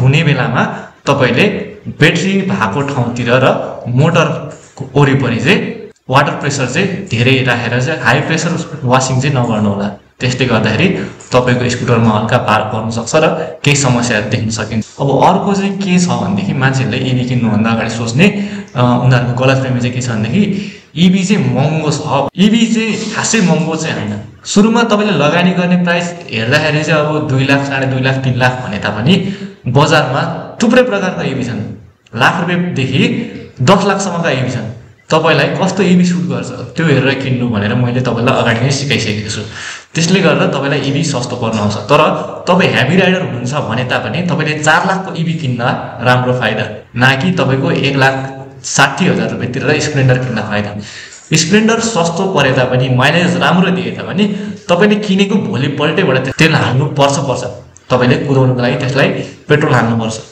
त्यसपछि महिना दिनपछि सर्भिसिङ 3-4 महिनापछि एयर फिल्टर चेन्ज 1 वर्षपछि इन्जिन सर्भिसिङ त्यो तपाईले जोड्दै जानु भयो भनेदेखि तपाईको वर्षको खर्च तेलको मात्र 40-50 हजार रुपैयाँ आउँछ अब सर्भिसिङ यता त्यता जोड्यो भनेदेखि 60-70 हजार रुपैयाँ तपाईको खर्च हुन्छ त्यो कारणले तपाईले 4 लाख को ईभी सुरुमा लगानी गरेर किन्दाखेरि चाहिँ फाइदा हुन्छ किनभनेदेखि तपाईले किनेदेखि 3 वर्षसम्ममा अरु कम्पनीको चाहिँ थाहा भएन मेटायोगीले चाहिँ तपाईको किनेदेखि 3 वर्षसम्ममा ब्याट्रीमा कुनै प्रब्लम आयो भनेदेखि ग्यारेन्टी दिएको छ कि रिप्लेस गरिदिन्छ रिप्लेसमेन्ट ग्यारेन्टी छ र अर्को भनेको मेन्टेनेन्स र रिपेयर चाहिँ फ्री गरिदिन्छ तपाईले ईभी स्कुटर कुदाइन्छ हाम्रो कम्पनीको ईभी स्कुटर कुदाइन्जेलसम्म तपाईको मेन्टेनेन्स चाहिँ फ्री छ रिपेयर फ्री छ सामान फेर्ने स्थितिमा मात्र तपाईको सामानको पैसा लाग्छ। सामान पनि अरु इभीको कम्प्यारेटिभली हाम्रो सस्तो आउँछ किनभने हामीसँग वेयरहाउसेसहरु काठमाडौँमै मात्र कुरा गर्न हो भनेदेखि 5 वटा छ। त्यो कारणले गर्दा हामीसँग होलसेलमा सामानहरु पाइन्छ। किन पाइन्छ भन्दाखेरि हामीले इम्पोर्ट गर्दाखेरि नै एकदमै ह्युज क्वान्टिटीमा इम्पोर्ट गरेको हुन्छ। सो इभी बाइकहरु चाहिँ सुरुमा महँगो पर्छ भन्ने चाहिँ तपाईको गलतफहमी हो। किन महँगो पर्दैन भनेर अगाडि नै मैले म्याथ तपाईलाई देखाइसकेको छु। तपाई दिनमा कति किलोमिटर कुद्नुहुन्छ, वर्षमा यति पैसा जोगाउँछ भनेर अगाडि राम्रोसँग क्ल्यारिफाई गरिदिएको छु। त्यो बुझ्नु भयो भनेदेखि तपाईले 1,60,000 रुपैयाँ तिरेर स्प्लेन्डर बाइक किन्नु भन्दा नि 3,80,000 350 हालेर एउटा राम्रो ब्याट्री भएको राम्रो ब्रान्डको इभी किन्दाखेरि चाहिँ तपाईलाई फाइदा दिन्छ। अर्को गलतफहमी के छ भन्दाखेरि मान्छेहरुको चाहिँ इभी भन्ने बित्तिकै उहाँहरुको मेन्टालिटी के भइसक्यो कि फ्युचरिस्टिक फीचर्स एकदमै भरिपूर्ण भयो। तर के फरक छ फ्युचरिस्टिक हुनु र अनि फीचर्सहरु एकदमै धेरै भरिपूर्ण हुनुमा अनि तपाईको नर्मली चल्नुमा के फरक छ भन्दाखेरि चाहिँ तपाईको जति धेरै फीचर्स त्यति नै धेरै फ्युचर एक्सपेन्सेस भनेर बुझ्न सक्नुहुन्छ। तपाईको जीपीएस राख्नु, भोइस कन्ट्रोल राख्नु, तपाईको टच स्क्रिन राख्नु भनेको त्यो भनेको अनवान्टेड फीचर्स हो। त्यसले तपाईको डे टु डे कम्युटलाई इजी बनाउने हैन। तपाईले जे सामान किन्दाखेरि पनि इभी मात्र नभएर तपाईले जस्तो सुकै सामान किन्दाखेरि नि आफ्नो फाइदा हेरेर किन्नुस्। यसले मेरो जिन्दगी कतिको सजिलो बनाउँछ हो त्यो हेरेर किन्नुस्। नाकि ओहो यसमा त भोइस कन्ट्रोल मुखले बोल्ने बित्तिकै स्टार्ट हुने हैन, अनि जीपीएस कुद्दाखेरि जीपीएस देखाउने टच स्क्रिन त्यस्तो हैन। टच स्क्रिन जीपीएस राख्ने भोइस कन्ट्रोलहरु राख्ने भयो भनेदेखि तपाईको के आउँछ भनेदेखि म भन्छु ल अनवान्टेड फीचर्सहरु त भनिहाले। तर किन अनवान्टेड छ भन्दाखेरि चाहिँ इभीमा युज गरेको नेभिगेसन जीपीएसहरु चाहिँ फुल्ली अपडेटेड हुँदैन। तपाईको इभीको नेभिगेसन र मोबाइलको नेभिगेसन छुट्टै छ। इभीको नेभिगेसनले तपाईलाई कहिलेकाहीँ उल्टो बाटो पनि देखाउन सक्छ। अर्को भनेको इभीमा नेभिगेसन भोइस कन्ट्रोल टच स्क्रिनहरु राख्यो भनेदेखि यसलाई कम्प्लेक्स बनाउँछ। तपाईको डिस्प्ले बिग्रिहाल्यो भनेदेखि बनाउनलाई तपाईले महिनौं कुर्नुपर्छ। किनभनेदेखि अहिले नेपालको सत्यता भन्दाखेरि इभीको सर्भिस सेन्टरहरु कहीँ छैन। तपाईले सोध्नुहुन्छ होला कि सोच्नुहुन्छ होला कि इन्डियन ब्रान्डहरुले यता ठाउँमा सर्भिसिङहरु राखेको छ, तपाई किन्नुस्, तपाईको बिग्रेपछि बनाउन दिनुहोस्, तपाईले थाहा पाउनुहुन्छ सर्भिसिङ कति चाँडो गरिदिन्छ कति ढिलो गरिदिन्छ भनेर। त्यो चाहिँ म इभी हाम्रोमा पनि त्यही हो। हामीले पनि त्यतिको फीचर्स राख्यो भनेदेखि तपाईको सर्भिसिङ चाँडो हुँदैन। किनभनेदेखि तपाईको डिस्प्ले बिग्रेपछि यस्तो फीचर्स राख्दाखेरि तपाईको वायरिङ कम्प्लिकेटेड हुन्छ, वाटरप्रुफिङमा पनि अलिकति समस्या आउन सक्छ, जसले गर्दा तपाईको वाटर रेजिस्टेन्स पनि हुँदैन। अनि त्यो कारणले गर्दा चाहिँ समस्या धेरै आउँछ, तपाईको खर्च निकाल्छ बेसी। अर्को भनेको त्यो सबै जान्ने टेक्निशियनहरु नेपालमा अवेलेबल छैन। सामान भए तापनि त्यसलाई इन्स्टल गर्ने टेक्निशियनहरु अवेलेबल हुँदैन। त्यसको कारणले गर्दा तपाईले इभी किन्दाखेरि फीचर्स हेर्ने हैन कि इभी किन्यो भनेदेखि मेरो जिन्दगी गरी सजिलो बनाउँछ, मलाई कतिको सहयोग गर्छ, मैले के कस्तो फाइदा पाउँछु त्यो हेरेर चाहिँ किन्दा राम्रो। अब अर्को चाहिँ तपाईको के छ भन्दाखेरि इभी किन्ने बेलामा मान्छेले सोच्ने चाहिँ के छ भन्दाखेरि इभी बाइक्सहरु चाहिँ मेन्टेन गर्न गाह्रो हुन्छ भनेर सोच्नुहुन्छ। त्यो चाहिँ एकदमै यहाँनिर भने बापत सबैभन्दा नि अनवान्टेड चाहिँ मिथ हो। त्यो चाहिँ नचाहिने कुरा नै हो। इभी बाइक मेन्टेन गर्न गाह्रो हुन्छ। यदि तपाईले सिंगल कुदाउनुहुन्छ 30-35 किलोमिटर मात्र कुदाउनुहुन्छ दिनको र कम्पनीले भनेको अनुसार रेगुलर चेकअप गर्नुहुन्छ भनेदेखि तपाईको इभी बाइक मेन्टेनेन्स तपाईलाई सिर्फ ब्रेकिङ प्याड, ब्रेकिङ ओइल र टायर मात्र लाग्छ। त्यो बाइक अरु कुनैमा मेन्टेनेन्स खर्च लाग्दैन। अनि मैले अगाडि सिकाएको जस्तै राम्रो ब्रान्ड रोजेर राम्रो टेस्टिङ गरेर तपाईले राम्रो नलेज लिएर किन्दै हुनुहुन्छ भनेदेखि अनि मैले अगाडि सिकाएको जस्तै आफ्नो ह्याबिट्सहरु पनि सुधार्नुहुन्छ। इभी चलाउने बेलामा कस्तो कुरा चाहिँ एभोइड गर्नुपर्ने हो भनेर त्यसरी सबै जानेर सबै सिकेर तपाईले किन्नुहुन्छ भनेदेखि तपाईको इभी कम्पनीले 5 वर्ष मात्र वारेन्टी दिए तापनि तपाईले त्यो ह्याबिट्सहरु युज गर्नुभयो, टाइम टु टाइम चेकिङ गर्नु भनेदेखि 5 वर्ष नभएर तपाईको 8 देखि 12 वर्ष मजाले टिक्छ। त्यो कारणले गर्दा इभी बाइक्सहरु चाहिँ एकदमै मेन्टेनेन्स फ्री हुन्छ। किन मेन्टेनेन्स फ्री हुन्छ भनेर अगाडि भनिसकेँ मैले। पेट्रोल फ्युल बाइक्सहरु जस्तो इन्जिनै हुँदैन, सबभन्दा शुद्ध कार्बोरेटर हुँदैन, क्र्याङ्कशाफ्ट हुँदैन। तपाईको खर्च धेरै आउने भनेदेखि तपाईको ब्रेक ओइल, ब्रेक प्याड र टायरमा मात्र। हाम्रो मेटा इभीले चाहिँ मेन्टेनेन्स रिपेयरहरु चाहिँ फ्रीमा गरिदिन्छ, ज्यादा लाग्दैन तपाईको। अनि अर्को भनेको मेन कम्पोनेन्ट्सहरुमा चाहिँ तपाईको वारेन्टी भइहाल्छ, वारेन्टीले क्लेम गरिहाल्छ। सो तपाईको मेन्टेनेन्स चाहिँ एकदमै मेन्टेनेन्स फ्री रहन्छ। तर कस्तो इभीमा मेन्टेनेन्स फ्री रहन्छ त्यो पनि मैले अगाडि भनिसकेको छु। यदि साइड मोटर र मिड ड्राइभ मोटर्सहरु छन् भनेदेखि चाहिँ त्यसमा चाहिँ तपाईको मेन्टेनेन्स लागिराख्छ, त्यति चाहिँ याद गरिदिनु होला। अब लास्टली आउँछ सबभन्दा ठुलो तपाईको चिन्ता भनेको चाहिँ इभी बाइक्सहरु चाहिँ सेफ छैन भन्ने हो। आजभन्दा तपाईले 8-10 वर्ष अगाडि कुरा गर्नुहुन्छ भनेदेखि चाहिँ इभी बाइक सेफ थिएन। म आफै पनि इभी चलाउँदिन थिएँ, किन भन्दाखेरि एकदमै हाइली रिस्की ब्याट्रिजहरु युज गर्थ्यो, जुन चाहिँ कतिखेर पड्किन्छ थाहा नै हुँदैन थियो, कतिखेर सर्ट सर्किट हुन्छ थाहा नै हुँदैन थियो। अर्को भनेको इभी बाइक्सहरु बिग्रियो भनेदेखि बनाउने मान्छे कोही पनि हुँदैन थियो, तपाईले बाटोमै छोडेर जानुपर्ने हुन्थ्यो। त्यो कारणले गर्दाखेरि सेफ हुँदैन थियो।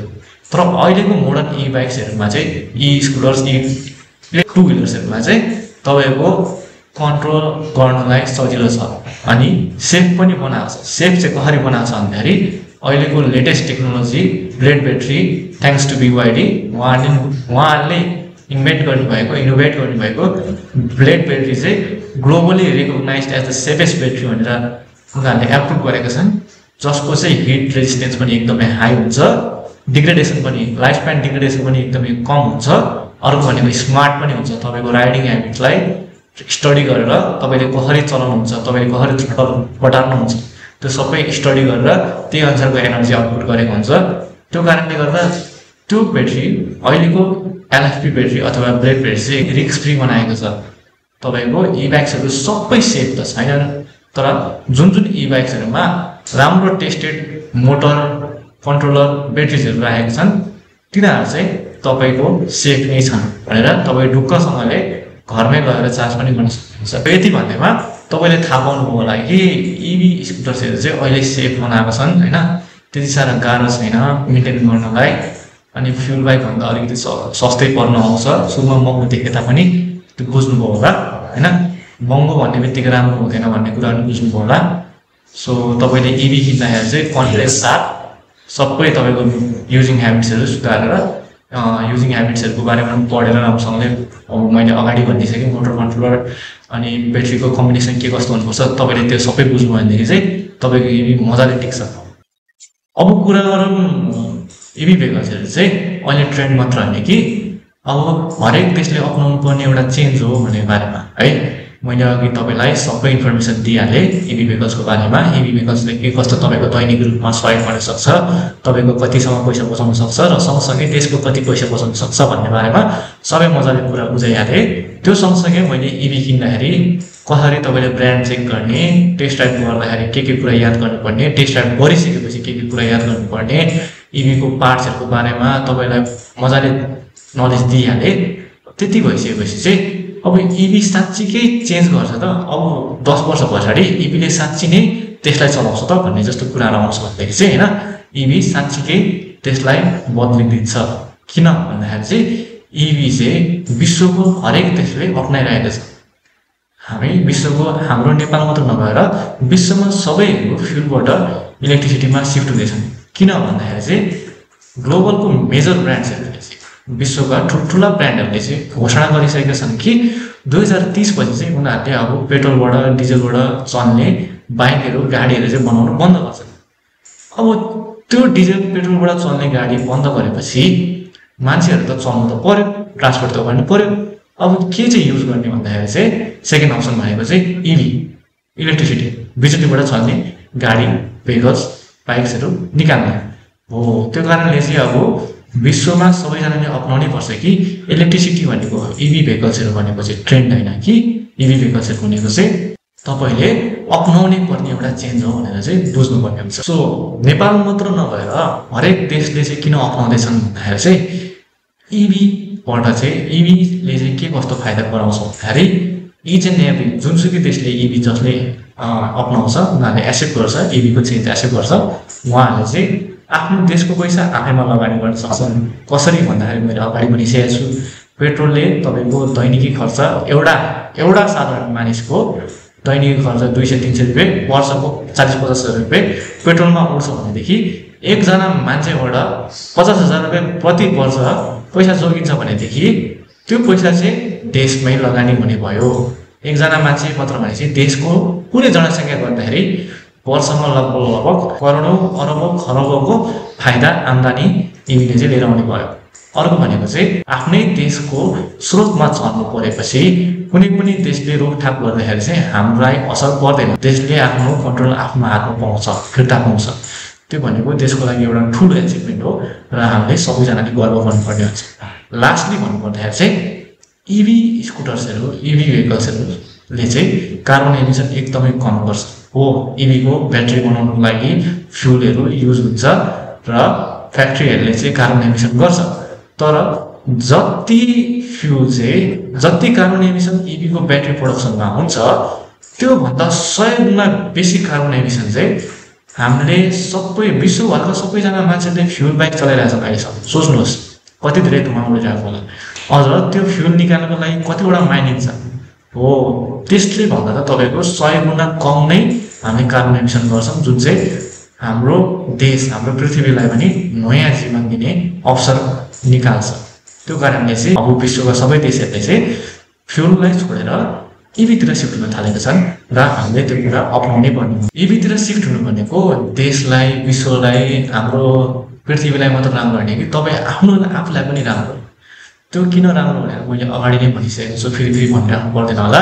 तपाईँले पेट्रोल बाइक 3 लाख रुपियाँ हालेर पेट्रोल बाइक किन्नुहुन्छ अनि 3 लाख रुपियाँ हालेर इभी किन्नुहुन्छ भनेदेखि पेट्रोल बाइकलाई 3 लाख रुपियाँ खर्च गर्नुभयो, भोलिपल्टबाट किनेको दिनैबाट अर्थात् किनेको दिन अथवा किनेको भोलिपल्टैबाट तपाईँले तेल हाल्नुपर्ने हुन्छ। भोलिपल्टैबाट तपाईँको खर्च निकाल्दै जान्छ।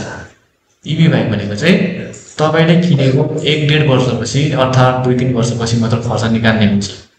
त्यो कारणले गर्दा तपाईँले 1.5-2 वर्षसम्ममा जति पेट्रोल चलाउनुहुन्थ्यो, उडाउनुहुन्थ्यो, त्यसलाई प्रदूषण गर्नुहुन्थ्यो, त्यो गर्नुबाट हो बाँच्यो। अर्को भनेको चाहिँ पेट्रोलमा उड्ने पैसा पनि तपाईँले बचाउनु भयो। त्यसको कारणले गर्दा तपाईँले आफूलाई पनि फाइदा हुन्छ, त्यसलाई मात्र नभएर।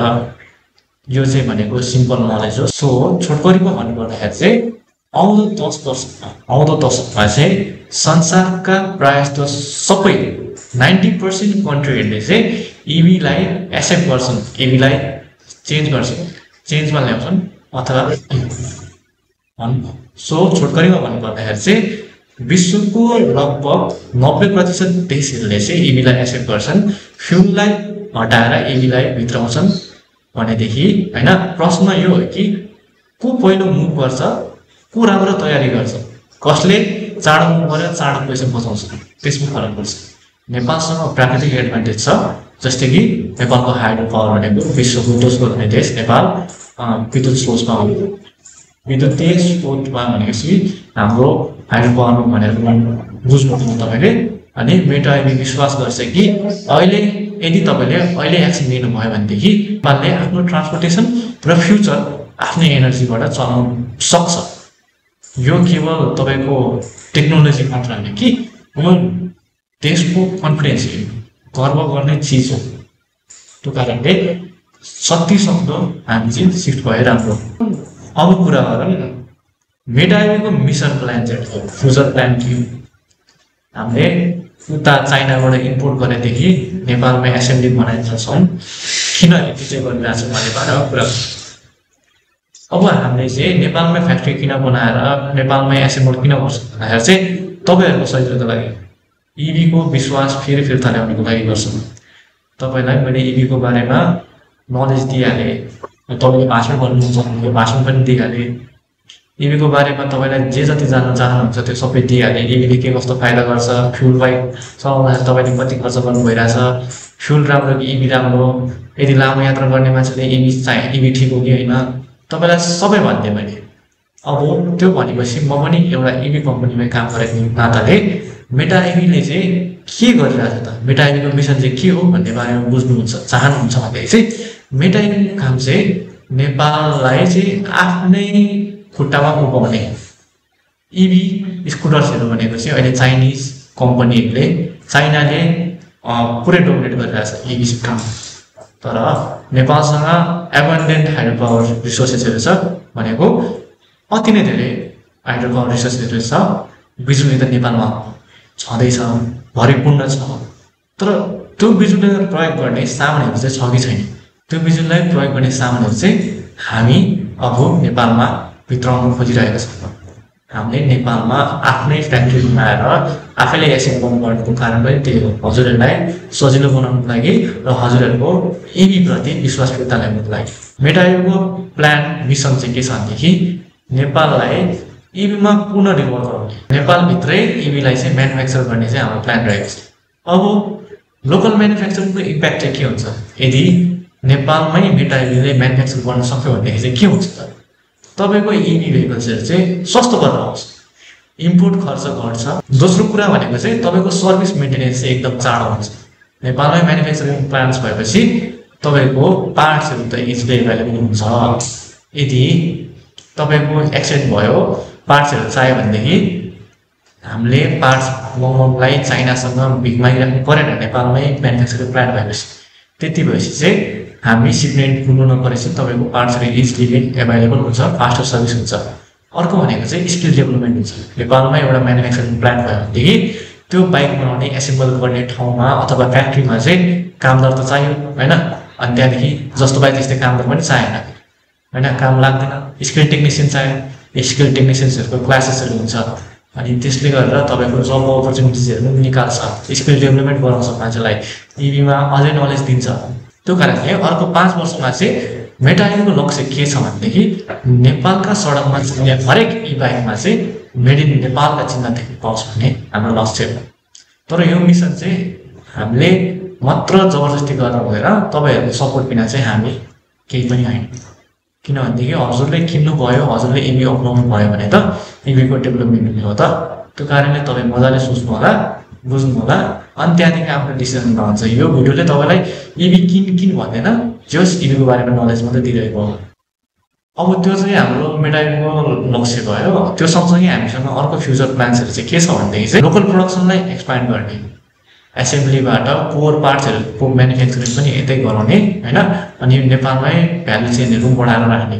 अर्को भनेको चाहिँ नेपालमै ब्याट्री बनाउन सक्ने ठाउँ बनाउने होइन, रिसाइकल गर्न मिल्ने ठाउँ बनाउने, अनि टेस्ट सेन्टरहरू पनि बनाउने, विदेशबाट ल्याएको ब्याट्रीलाई पनि नेपालमा फेरि टेस्ट गर्ने, नेपालको अनुसार, नेपालको तापक्रम अनुसार, नेपालको मान्छेको राइडिङ अनुसार टेस्ट गराउने, त्यस्तो जस्तो टेस्टिङ सेन्टरहरू पनि खोल्ने छ हाम्रो फ्युचर प्लानिङ चाहिँ। अनि लास्टमा भन्नुपर्दा चाहिँ नेपालको इभीको ट्यालेन्ट सिस्टमहरूलाई चाहिँ अलिक डेभलप गराउने, ट्रेनिङ प्रोग्राम्सहरू गराएर तपाईँको नयाँ इन्जिनियर्सहरूलाई चाहिँ मोटिभेट गराउने, टेक्निसियन्स र सेल्स एक्सपर्ट्सहरू तयार गर्ने। अब त्यो सबै गरेपछि नेपालमा म्यानुफ्याक्चरिङ भएपछि अब इभीको बारेमा नलेज त सबैजनालाई छैन, इभी बनाउने मान्छेहरू धेरै छैन। इभीको ट्यालेन्टलाई डेभलप पनि गर्ने प्लान छ हाम्रो फ्युचर प्लानिङ चाहिँ। त्यो चाहिँ कसरी भन्ने अवेरनेस प्रोग्रामहरू राखेर, ट्रेनिङ प्रोग्राम्सहरू राखेर, इन्जिनियरिङ अब इभी इन्जिनियरिङहरू नयाँ नयाँ इन्जिनियरहरूलाई चाहिँ अब नलेज इभीको बारेमा नलेज दिएर इभी इन्जिनियरिङहरू क्लासेसहरू राखेर त्यसरी चाहिँ हामीले इभीलाई एक्सप्यान्ड गर्ने चाहिँ हाम्रो फ्युचर प्लान्सहरू छ। अब अन्तिममा भन्नुपर्दा चाहिँ मेटायुगले हरेक मेटायुग मोटरसाइकल्सले चाहिँ यो विश्वास पुगेको छ कि नेपालले आफै म्यानुफ्याक्चर गर्न सक्छ, नेपालले आफ्नै टेक्निसियनहरू राख्न सक्छ, विदेशबाट अब नयाँ वर्कर्सहरू हायर गर्नु पर्दैन, इन्जिनियर्सहरू हायर पर्दैन भन्ने विश्वास राख्छ। हामी केवल नेपालीलाई इलेक्ट्रिक बाइक चलाउनलाई मद्दत गर्दै होइन कि हामी प्रुभ गर्दैछौँ कि नेपालले पनि वर्ल्ड क्लास टेक्निसियनहरू चाहिँ बिल्ड गर्न सक्छ, ट्रेन गर्न सक्छ भनेर। यो चाहिँ हाम्रो मिसन हो र यो भविष्य चाहिँ हामी सबै सँगै मिलेर लागि पर्यो भने मात्र सम्भव हुन्छ। अब द फाइनल चरणमा आयो हामी। यसमा के कुरा गर्छौँ भनेदेखि चाहिँ हरेक इलेक्ट्रिक राइडसँग नेपालको भविष्य पनि सिफ्ट हुन थाल्छ, घुम्न थाल्छ, चेन्ज हुन थाल्छ। हरेक परिवर्तन एउटा सानो कदमबाट सुरु हुन्छ भन्ने तपाईँलाई थाहा छँदैछ। इलेक्ट्रिक मोटरसाइकल्स पनि सधैँ भेहिकल जस्तो देखिन्छ, तर यसले फ्युल कम गर्छ, फरेन करेन्सी बचाउँछ र देशलाई सेल्फ रिलायन्सतर्फ धकेल्छ। भन्नुको अर्थ सेल्फलाई आत्मनिर्भरता दिलाउँछ। यो चाहिँ तपाईँको बाइक भन्दा नि एउटा चोइस भएको छ। इलेक्ट्रिक मोटरसाइकल रोज्नु भनेको क्लिनर, स्टेडियर र सेल्फ रिलायन्ट फ्युचर रोज्नु बराबर हो। फ्युल सर्टेज वा प्राइस स्पाइक हेर्दाखेरि चाहिँ फ्युलको प्राइसहरू बढ्दाखेरि तपाईँलाई केही डर हुँदैन। अब तपाईँले आफ्नो मोबिलिटीमा आफ्नै कन्ट्रोल पाउन सक्नुहुन्छ। तपाईँले बुझ्नु परेको प्रत्येक रुपैयाँ नेपालको एनर्जी इन्डिपेन्डेन्समा लगानी हुनेछ। मेटाइएको गोल चाहिँ बाइक बेच्नुभन्दा चाहिँ एकदमै ठुलो छ। मेटाइएको गोल चाहिँ केवल बाइक बेच्नु होइन, चेन्जलाई सुरुवात दिलाउनु, इलेक्ट्रिक मोटरसाइकल्सलाई नेपाली जीवनको नर्मल भाग बनाउनु हो। हामी यो प्रुभ गर्न खोज्दैछौँ कि नेपालले पनि वर्ल्ड क्लास मेसिनहरू बनाउन सक्छ, दुनियाँलाई देखाउने कि नेपाल केवल एउटा मार्केट मात्र होइन कि नेपालले मार्केट बिल्ड पनि गर्न सक्छ र सामान बनाउन पनि सक्छ। हाम्रो एउटा क्रिएटर इन्भेन्टर पनि हुँ भनेर चाहिँ दुनियाँलाई देखाउन हाम्रो मेटाइएको गोल छ। र त्यो गोललाई चाहिँ तपाईँले हरेक पर्चेस रिकमेन्डेसन र सेयर्सबाट चाहिँ त्यो गोललाई अघि बढाउनलाई, मुभमेन्टलाई अघि बढाउनलाई हेल्प गर्छ। यो एउटा कम्पनीको मिसन मात्र होइन कि यो सम्पूर्ण एफोर्ट, यो चाहिँ सम्पूर्ण नेपालीको एफोर्ट हो भनेर बुझ्दा पनि